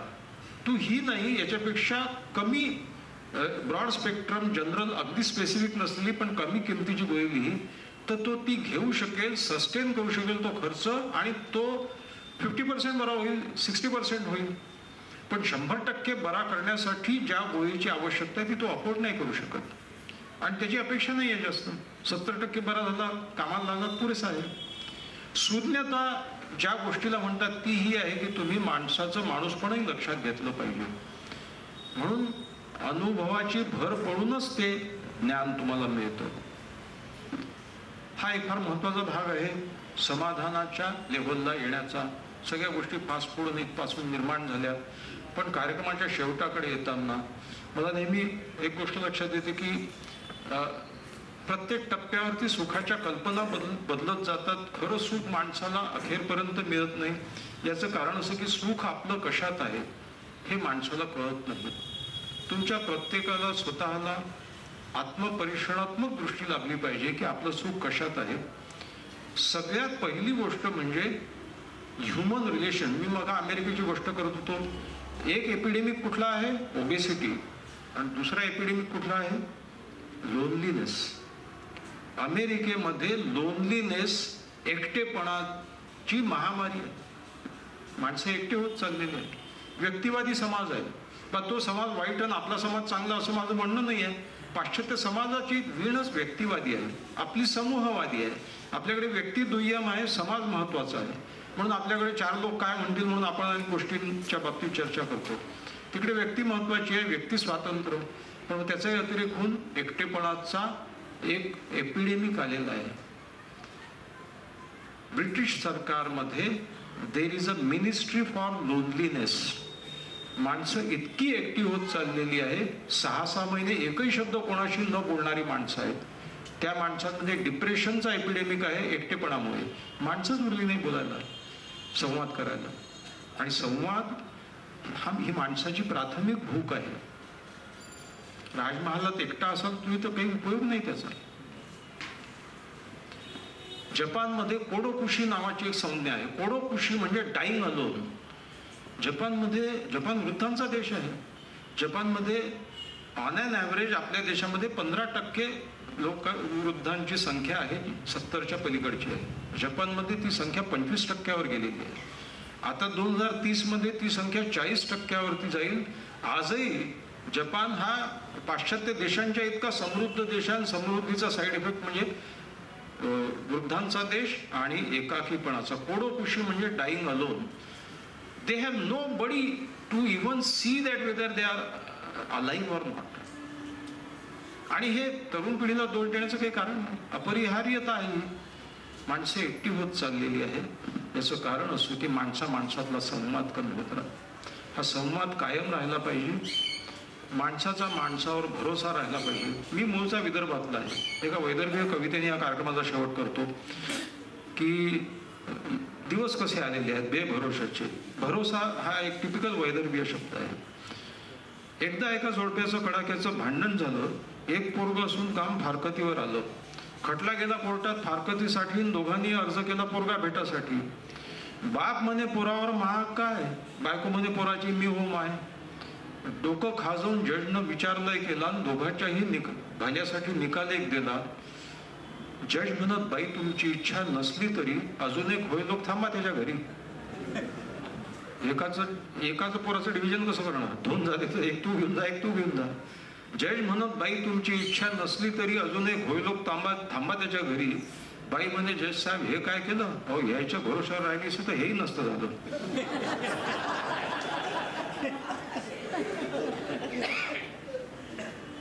अखेरचा मुद्दा ज्यापासून सुरुवात आपण केली होती, अपेक्षा कमी ठेवा. माणसाच्या अपेक्षा हा सगळ्या दुःखाचं मूळ. बुद्ध सांगून गेले सफर का मजा लेना हो तो साथ में सामान कम रखिए और जिंदगी का मजा लेना हो तो दिल में अरमान कम रखिए.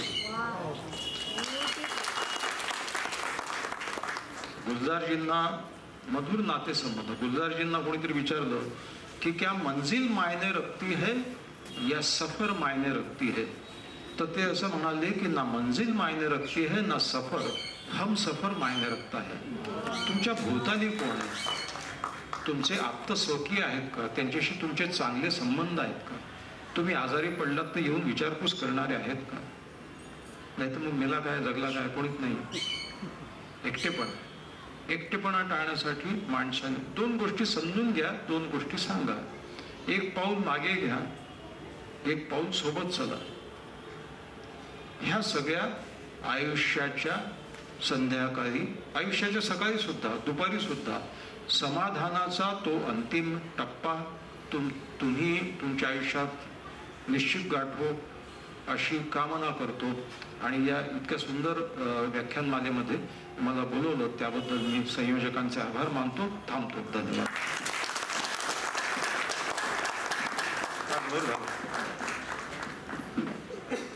डॉक्टर मी एवढंच म्हणेन क्या बात आहे.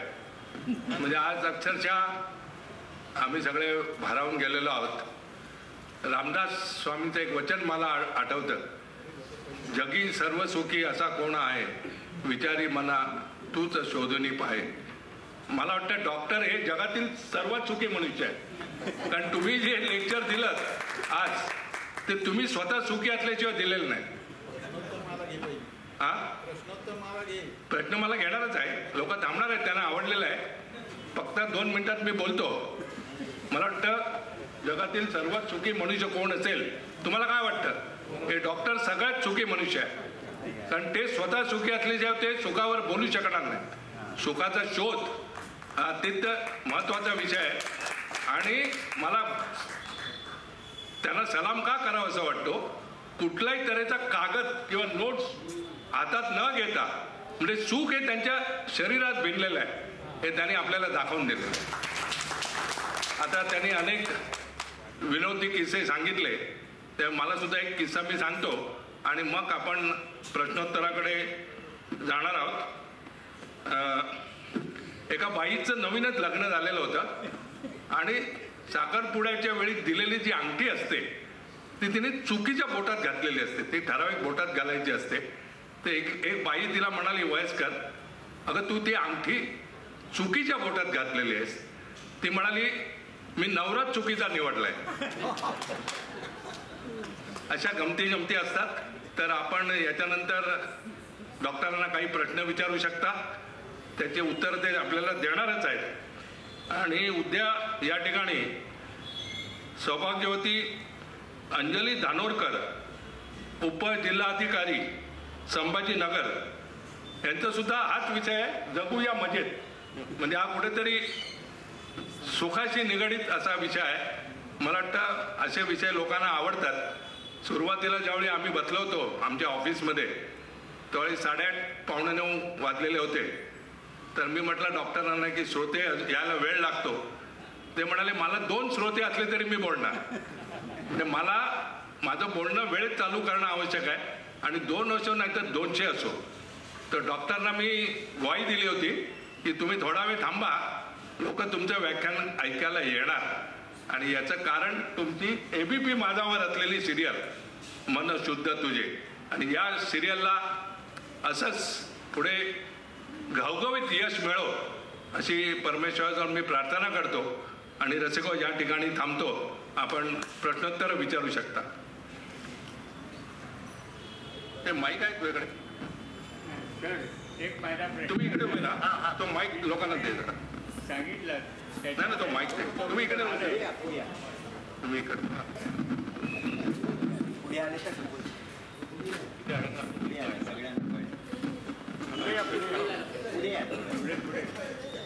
आता आम्ही अडकून बघूया.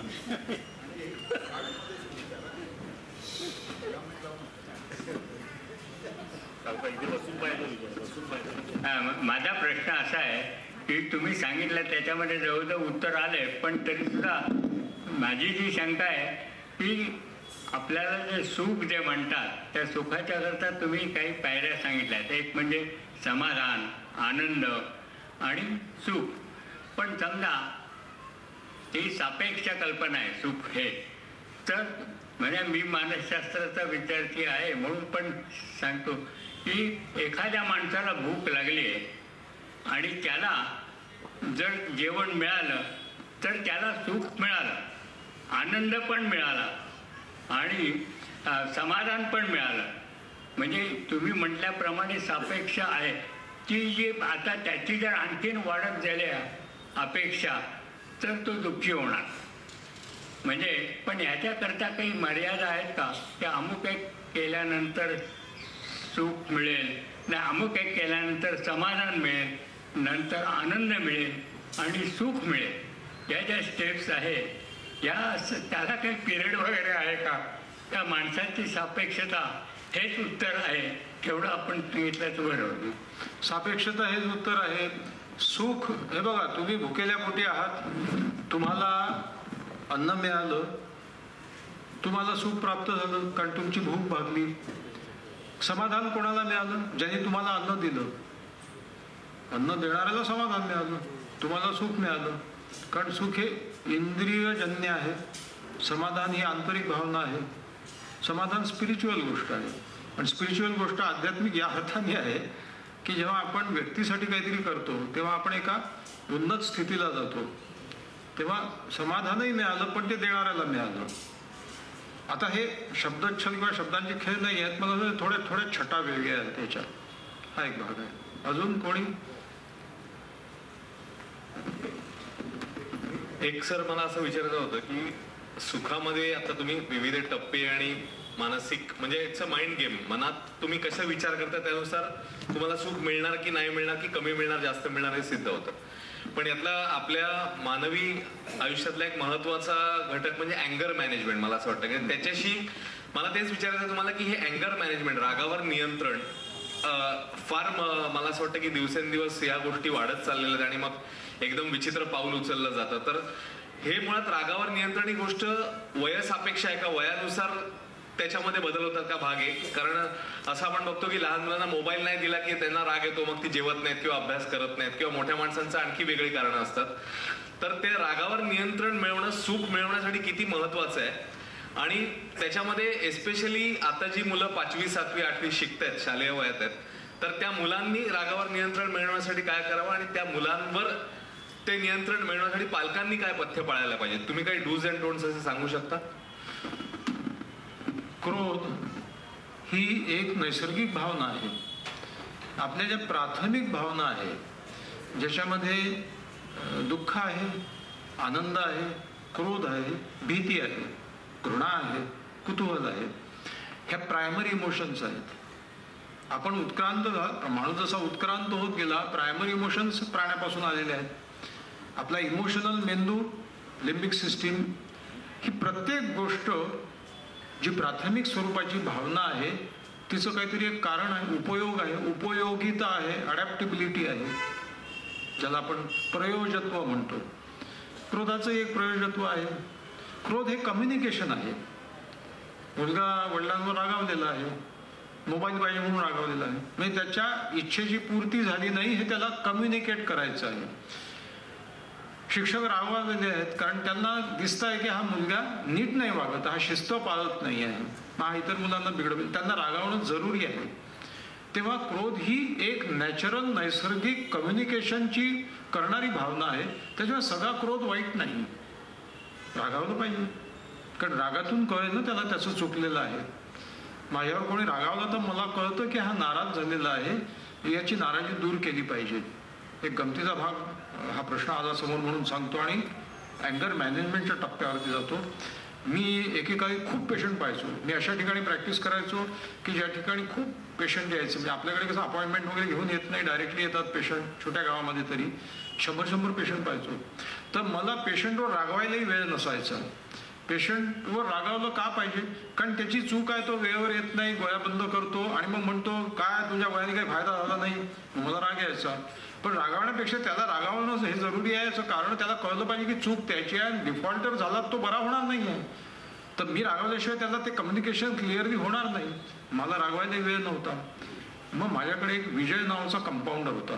त्याला मी शिकवलं की मी सांगितलं की याला रागव की याला कोपऱ्यात जायचं आणि याला रागवायचं. मला कोणतरी विचारलं की तुम्ही क्रोधावर विजय कसा मिळवला, म्हणून विजय नावाचा माणूसच ठेवला. थोडे झालं का विजय? म्हणलं नाही, क्रोधावर विजय नाही मिळाला. म्हणून का बरं? म्हणलं माझं लक्ष राहायचं, पुढचा पेशंट तपासताना नीट त्याला रागावतोय, तो नीट नाही रागवायचा, मुळे बोलायचं काहीतरी. मग मला त्याचा राग यायला लागला, तू नीट नाही रागवत त्याला, पुन्हा तो गोळ्या बंद करेल. Emotions cannot be outsourced. तर पहिली गोष्ट ही आहे की राग ही नॉर्मल भावना आहे. तुम्ही रागावता म्हणून काही वाईट वाटून घेऊ नका. 4 चूक आणि 12 राग ही गोष्ट मात्र आउट ऑफ प्रपोर्शन आहे. हे सगळं जग सेन्स ऑफ प्रपोर्शन ज्याला आहे त्याच्यासाठी चांगलं आहे. You must have sense of proportion. एखाद्या घटनेने किती दुःखी व्हायचं, प्रपोर्शन आहे त्याचं एक. एखाद्या गोष्टीने किती अपसेट व्हायचं, प्रपोर्शन पहा. एखाद्या गोष्टीने किती रागवायचं, 4 चूक आणि 12 राग योग्य नाही आहे. माझ्याकडे एक माणूस आला, तो म्हणून मी बिअर बारचा मालक आहे आणि मला आज फार त्रास होतोय, मी भयंकर संतापी आहे. आज माझ्या हातून मोठं नुकसान झालं कारण एक वेटर जो आहे त्यांनी काहीतरी चूक केली, गिरायकाला वाईट हे ट्रीटमेंट दिली. मला भयंकर राग आला त्याचा. मी गल्ल्यावर बसलेलो होतो, तो पेपरवेट उचलला, फेकून मारला, तर तो खाली झुकला आणि पळून गेला आणि तो पेपरवेट मागच्या टीव्हीला लागला आणि भळा टीव्ही फुटला. तर मी 50,000चं नुकसान करून आलो या रागापायी. बरं, माझा राग ओसरला की मला वाईट वाटतं, पण त्या क्षणी मला काही सुचत नाही. म्हणजे प्रपोर्शन मध्ये असेल तर तुम्ही रागवा, त्याच्याबद्दल वाईट वाटून घेऊ नका. तुम्ही काही एकदम काय म्हणतात बुद्ध नाही झालेले किंवा रागच येतो. बुद्धांनाही राग येत असणार, एखादा शिष्य उशिरा आला किंवा त्यांनी काही चूक केली तर. पण तो प्रपोर्शन जाऊ देऊ नका. आता हा माणूस त्याचं प्रपोर्शन बाहेर चाललं होतं, त्याला उपरती होत होती म्हणून तो आला माझ्याकडे. अँगर when it is reactive, it becomes out of control. Control रागावता आला पाहिजे. हे कसं करता येईल? रिएक्टिव्ह होऊ नका. प्रोएक्टिव्ह व्हा. म्हणजे तुम्ही रागावला आहात ही गोष्ट लक्षात घ्या. राग कसा कमी होता येईल याचं अतिशय सोपं उत्तर, ज्या क्षणी तुम्हाला राग आला, यायला सुरुवात झाली, त्या क्षणी मनातल्या मनात एक वाक्य उच्चारा, मला राग येतो आहे, मी रागावतो आहे. दोन गोष्टी घडून येतील. एक गोष्ट म्हणजे एक्नॉलेजमेंट अँड ॲक्सेप्टन्स की मी रागावतो आहे. दरवेळी मी रागावतो, मला नंतर वाईट वाटत असतं, मी रागावतो आहे आता. म्हणजे रागावणारे तुम्ही आणि तुम्हाला राग येतो आहे हे समजणारे तुम्ही, असे दोन भाग होतील मनाचे. मनामध्ये एक निरीक्षण शक्ती येईल. हे माइंडफुलनेस आहे. माइंडफुलनेस म्हणजे काय म्हणता येईल त्याला, परीक्षणात्मक होऊ नका, निरीक्षणात्मक व्हा.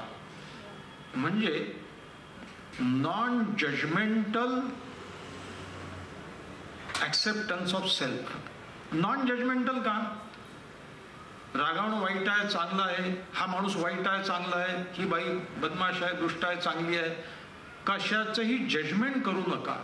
आपण काय करतो, माणसांना कॅटेगराईज करून टाकतो, हा बदमाश आहे आणि मुद्दाम केलेला असं आपला राग येतो.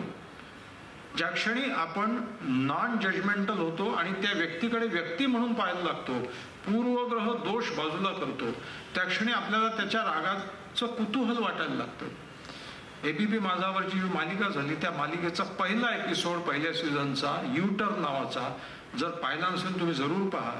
तो युटर्न ही एक अत्यंत हीच रागावरती, ज्या क्षणी माणूस स्वतःच्या रागापासून अलिप्त होतो आणि थोडासा आध्यात्मिक शब्द वापरायचा तर साक्षी भाव त्याला येतो, त्या क्षणी माणूस नॉन जजमेंटल होतो.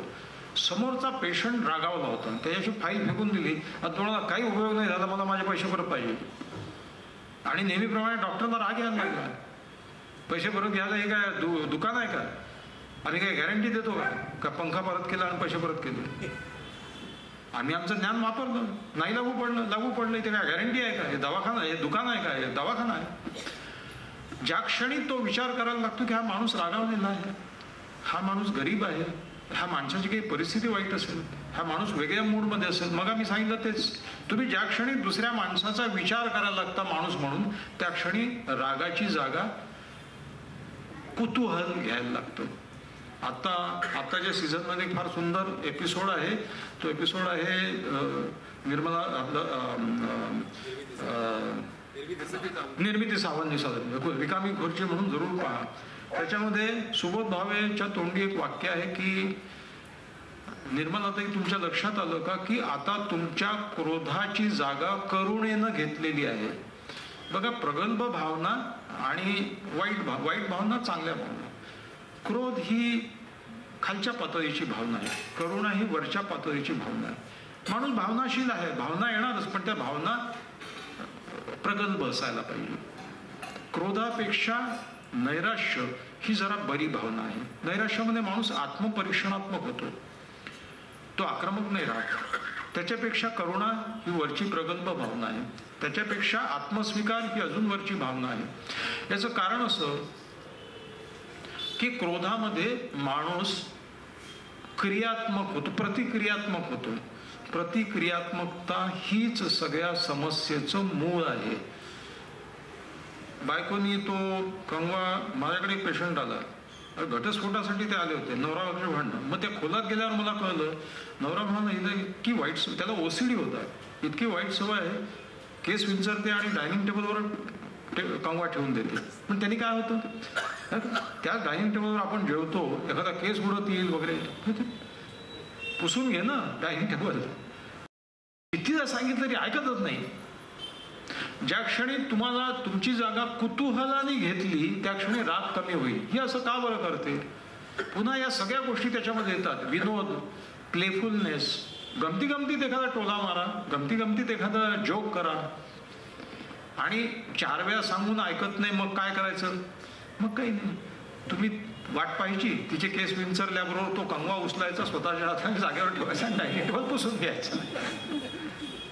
ना कुछ बदला है ना बदलेगा, एक्सेप्ट, ये ऐसे ही होने वाला है. ठीक आहे, सवय आहे तिची. 4 गोष्टी ती चांगल्याही करते ना माझ्यासाठी. ही इतकी बाई भोक्कड आहे म्हणे, माझ्या पाठीला पुजलेली आहे. काही म्हणलं काही कसं, अरे थोडासा विचार कर ना, काही चांगल्याही गोष्टी. तुझं मूल तिने पोटात 9 महिने सांभाळलं, त्याला जन्म दिला, तुझा बाप आई घरी येतात, काय वाटेल ते करायला सांगतात, ती सगळं करते. आल्या गेल्या पाहुण्यांचं करते. 4 चांगल्या गोष्टी आहेत ना. 2 लाईफ इज अ पॅकेज. 2 गोष्टी समजून घे. रागाची जागा ऍक्सेप्टन्सनी घेतली, करुणेने घेतली. राग आला, पहिली गोष्ट म्हणजे ऍक्सेप्ट करा की तुम्हाला राग येतो. मला राग येतो आहे या वाक्याने तुम्ही आपोआप साक्षीभाव तुमच्यात निर्माण होईल. प्रत्येक भावनेसाठी हे उत्तर आहे. भीती वाटली, मी घाबरलेलो आहे, मला भीती वाटते आहे. ज्या क्षणी तुम्ही हे म्हणता त्या क्षणी भिणारा तुम्ही आणि ते पाहणारा तुम्ही यांच्यामध्ये एक द्वैत घडून येतं. You become observable ego of your own self आणि तुम्ही त्यातून बाहेर पडता. थोडं तत्वज्ञानात्मक आहे, पण मी असं मानतो की तत्व, इसेन्स ऑफ लाईफ इज तत्वज्ञान. तत्वज्ञान रोजच्या जीवनात उपयोगी पडणारं ज्ञान आहे. विनोबा असं म्हणतात की तत्वज्ञान तरुणांनी वाचू नये, म्हातारपणीच वाचावं, याच्यामुळे तत्वज्ञान आणि तारुण्य दोन्ही वाया चाललेलं आहे. तसं नाही आहे. तत्वज्ञान रोजचं आयुष्य तुम्ही जगता. एक मुलगी आली माझ्याकडे, मी बाग घेऊन आला, प्रेमात पडली, तिला समजतच नाही, तो हंटोल पोरगा आहे, काही ना काही याचं आयुष्य वाया जाईल बरं, सगळं ऐकत नाही आहे. आता ज्या क्षणी बाप म्हणतो की तू मूर्ख आहेस, तुला काही समजत नाही आहे, काहीतरी काय करते, अभ्यास करायला सोडून होतं, त्या क्षणी तिने बापाला दुश्मनाच्या कॅटेगरीत टाकून दिलं. आता त्यांनी ब्रह्मज्ञान पाळलं तरी तिला समजणार नाही, तिच्या पचनी पल्ले पडणार नाही. त्या क्षणी मी लक्षात घेतलं आपण त्या कॅटेगरीत नाही गेलं पाहिजे, नाही तर आपल्यालाही ती त्या कॅटेगरीत टाकून देईल, मग आपलं काही ऐकणार नाही पुढचं. मी म्हटलं असं का, अरे वा छान, प्रेम झालं, बरं कोण आहे बरं तो राजकुमार, या गोड गोड राजकुमारीचा, तो हंटोल गोंड होता कुठला तरी, पण तिला पहिले आपलंसं केलं पाहिजे ना. त्याच्यानंतर हळूहळू मी तिला म्हटलं बेटा प्रेम होतं म्हणजे काय, मी इतका दुर्दैवी आहे, माझ्या आयुष्यात प्रेम जमलंच नाही. म्हणजे माझ्या प्रेमातही कोणी पडलं नाही. मी पडलो खूपदा, पण पडलो म्हणजे खाली पडलो, प्रेमात नाही पडलो. प्रेम सफल नाही झालं. तर सांग बरं मला प्रेम कसं असतं. प्रेम अंकल ते काहीतरी असं वेगळंच असतं, छान असं बटरफ्लाय वगैरे असं. हा मला बटर माहित आहे पण बटरफ्लाय माहित नाही असं. अच्छा अच्छा, मग तुला काय झालं बरं, जसं गुदगुल्या आलाय का पोटात बिटात. थोडक्यात प्रेम म्हणजे काय, ती कशाला प्रेम म्हणते आहे, हे हळूहळू संवादातून मी तिला रिअलाइज करून दिलं की ती ज्याला प्रेम म्हणते आहे ते प्रेम नाही आहे. प्रेमाचा अर्थ काय आहे. मग ब्रेकअप झालेली मुलगी आयुष्याचं टोक, आता मला आत्महत्याच केली पाहिजे वगैरे, तिला ते लक्षात आणून द्यावं लागतं. तत्वज्ञानाच्या पातळीवर जावं लागतं. तत्वज्ञान तरी काय करतात, प्रश्न विचारतात. What is love. Love is an emotion. No emotion is pure, not even love. हे विटगेन्स्टाईनचं वाक्य आहे. मग तिला समजावं लागतं की या सगळ्या भावभावनांचा खेळ कशामुळे होतो. मग ब्रेन सबस्ट्रेट्स काय आहेत. हळूहळू तुम्ही तिला तात्विक दृष्टी आयुष्याची देऊ शकता. क्रोधाच्या बाबतीत हेच आहे. थँक्यू.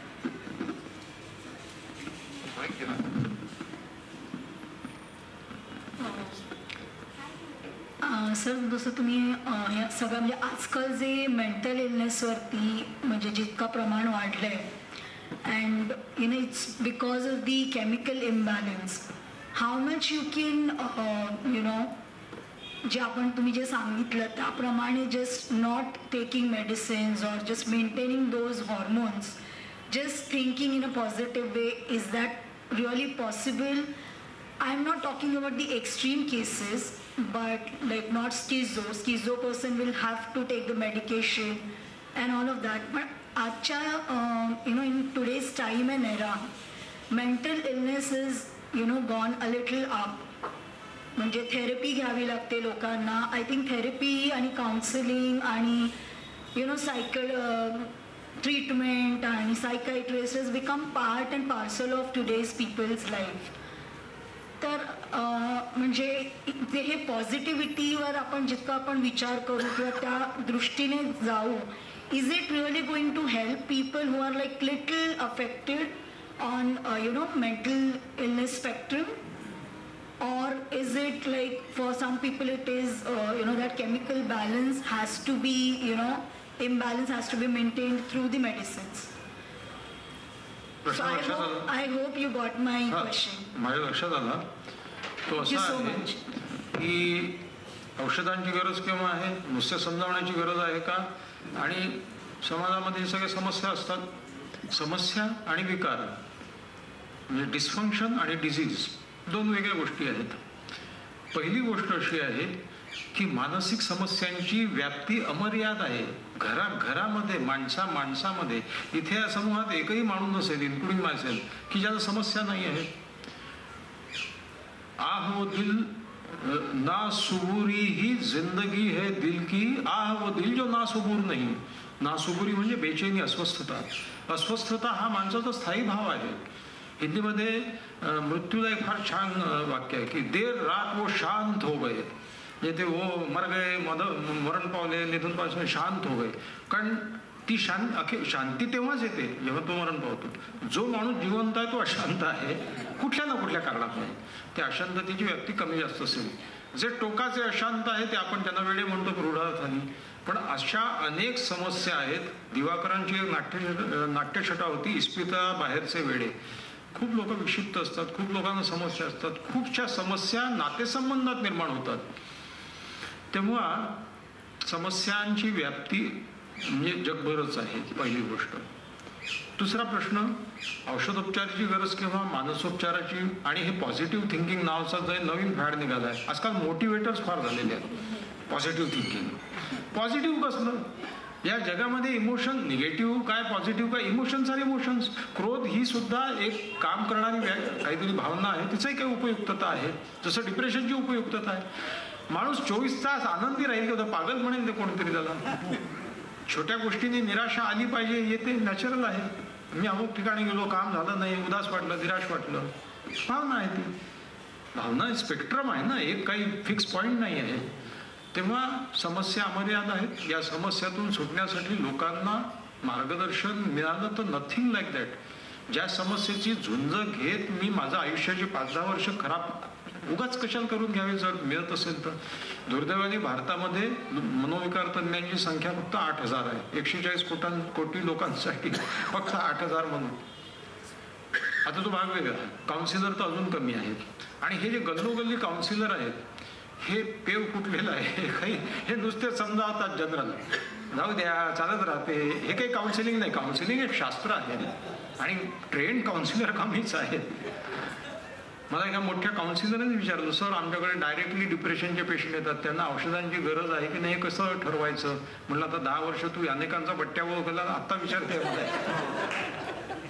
म्हटलं अगं बाई, ज्या नैराश्यामुळे त्या माणसाला व्हेजिटेटिव्ह डिस्फंक्शन म्हणजे ज्याला झोप उडाली आहे, वजन कमी होते आहे, हातपाय थरथर कापणं, शारीरिक प्रॉब्लेम्स आहेत, सातत्याने 15 दिवस 24/7 तुम्ही जर उदास निराश असे राहत असाल, प्रत्येक गोष्टीत pervasive loss of interest in life, तर you are suffering from depression.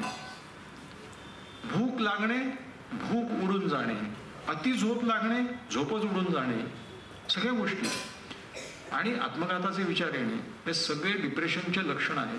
या जगामधले या म्हणजे प्रायमरी हेल्थ केअर गाठणारे 33% लोक डिप्रेशनचे पेशंट आहेत. डिप्रेशनचं चक्र असं आहे की तुम्ही एखाद्या शारीरिक व्याधीने खूप दिवस ग्रस्त असाल तर तुम्हाला डिप्रेशन येण्याची शक्यता असते. पाठदुखीने बेडवर पडून तुम्ही 3 दिवस बेडवर पडून राहा, तुम्हाला निराश वाटायला लागतो. एवढी मोठी व्याप्ती आहे ज्याच्यामध्ये शारीरिक लक्षणं दिसायला लागतात.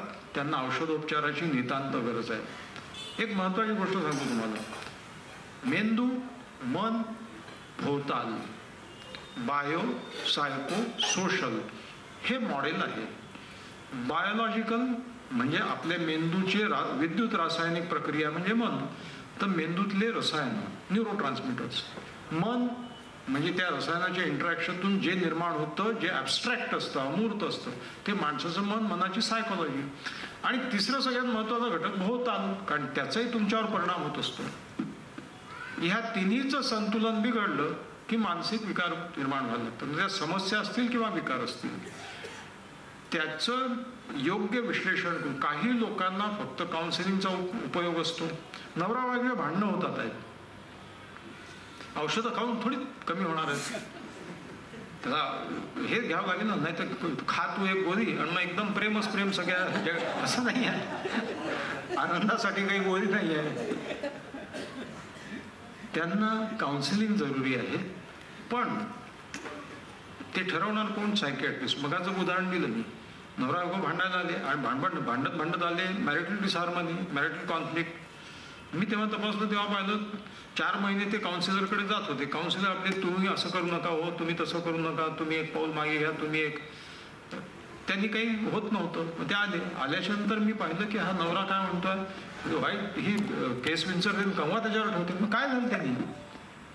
नाही, एखादा केस म्हणून गेला तर आता ती सकाळी 9 वाजता केस विंचरते ना, हा 12 वाजता जेवतो, तर ते त्याचा काय संबंध आहे? मग माझ्या लक्षात आलं की याला OCD आहे. तो काय म्हणतो की तू जेव्हा भाजी करते वांग्याची तेव्हा या आकाराच्या फोडी कापल्या पाहिजे आणि त्या व्हेज पुलावमध्ये घालते तेव्हा बारीक आकाराच्या कापल्या पाहिजे.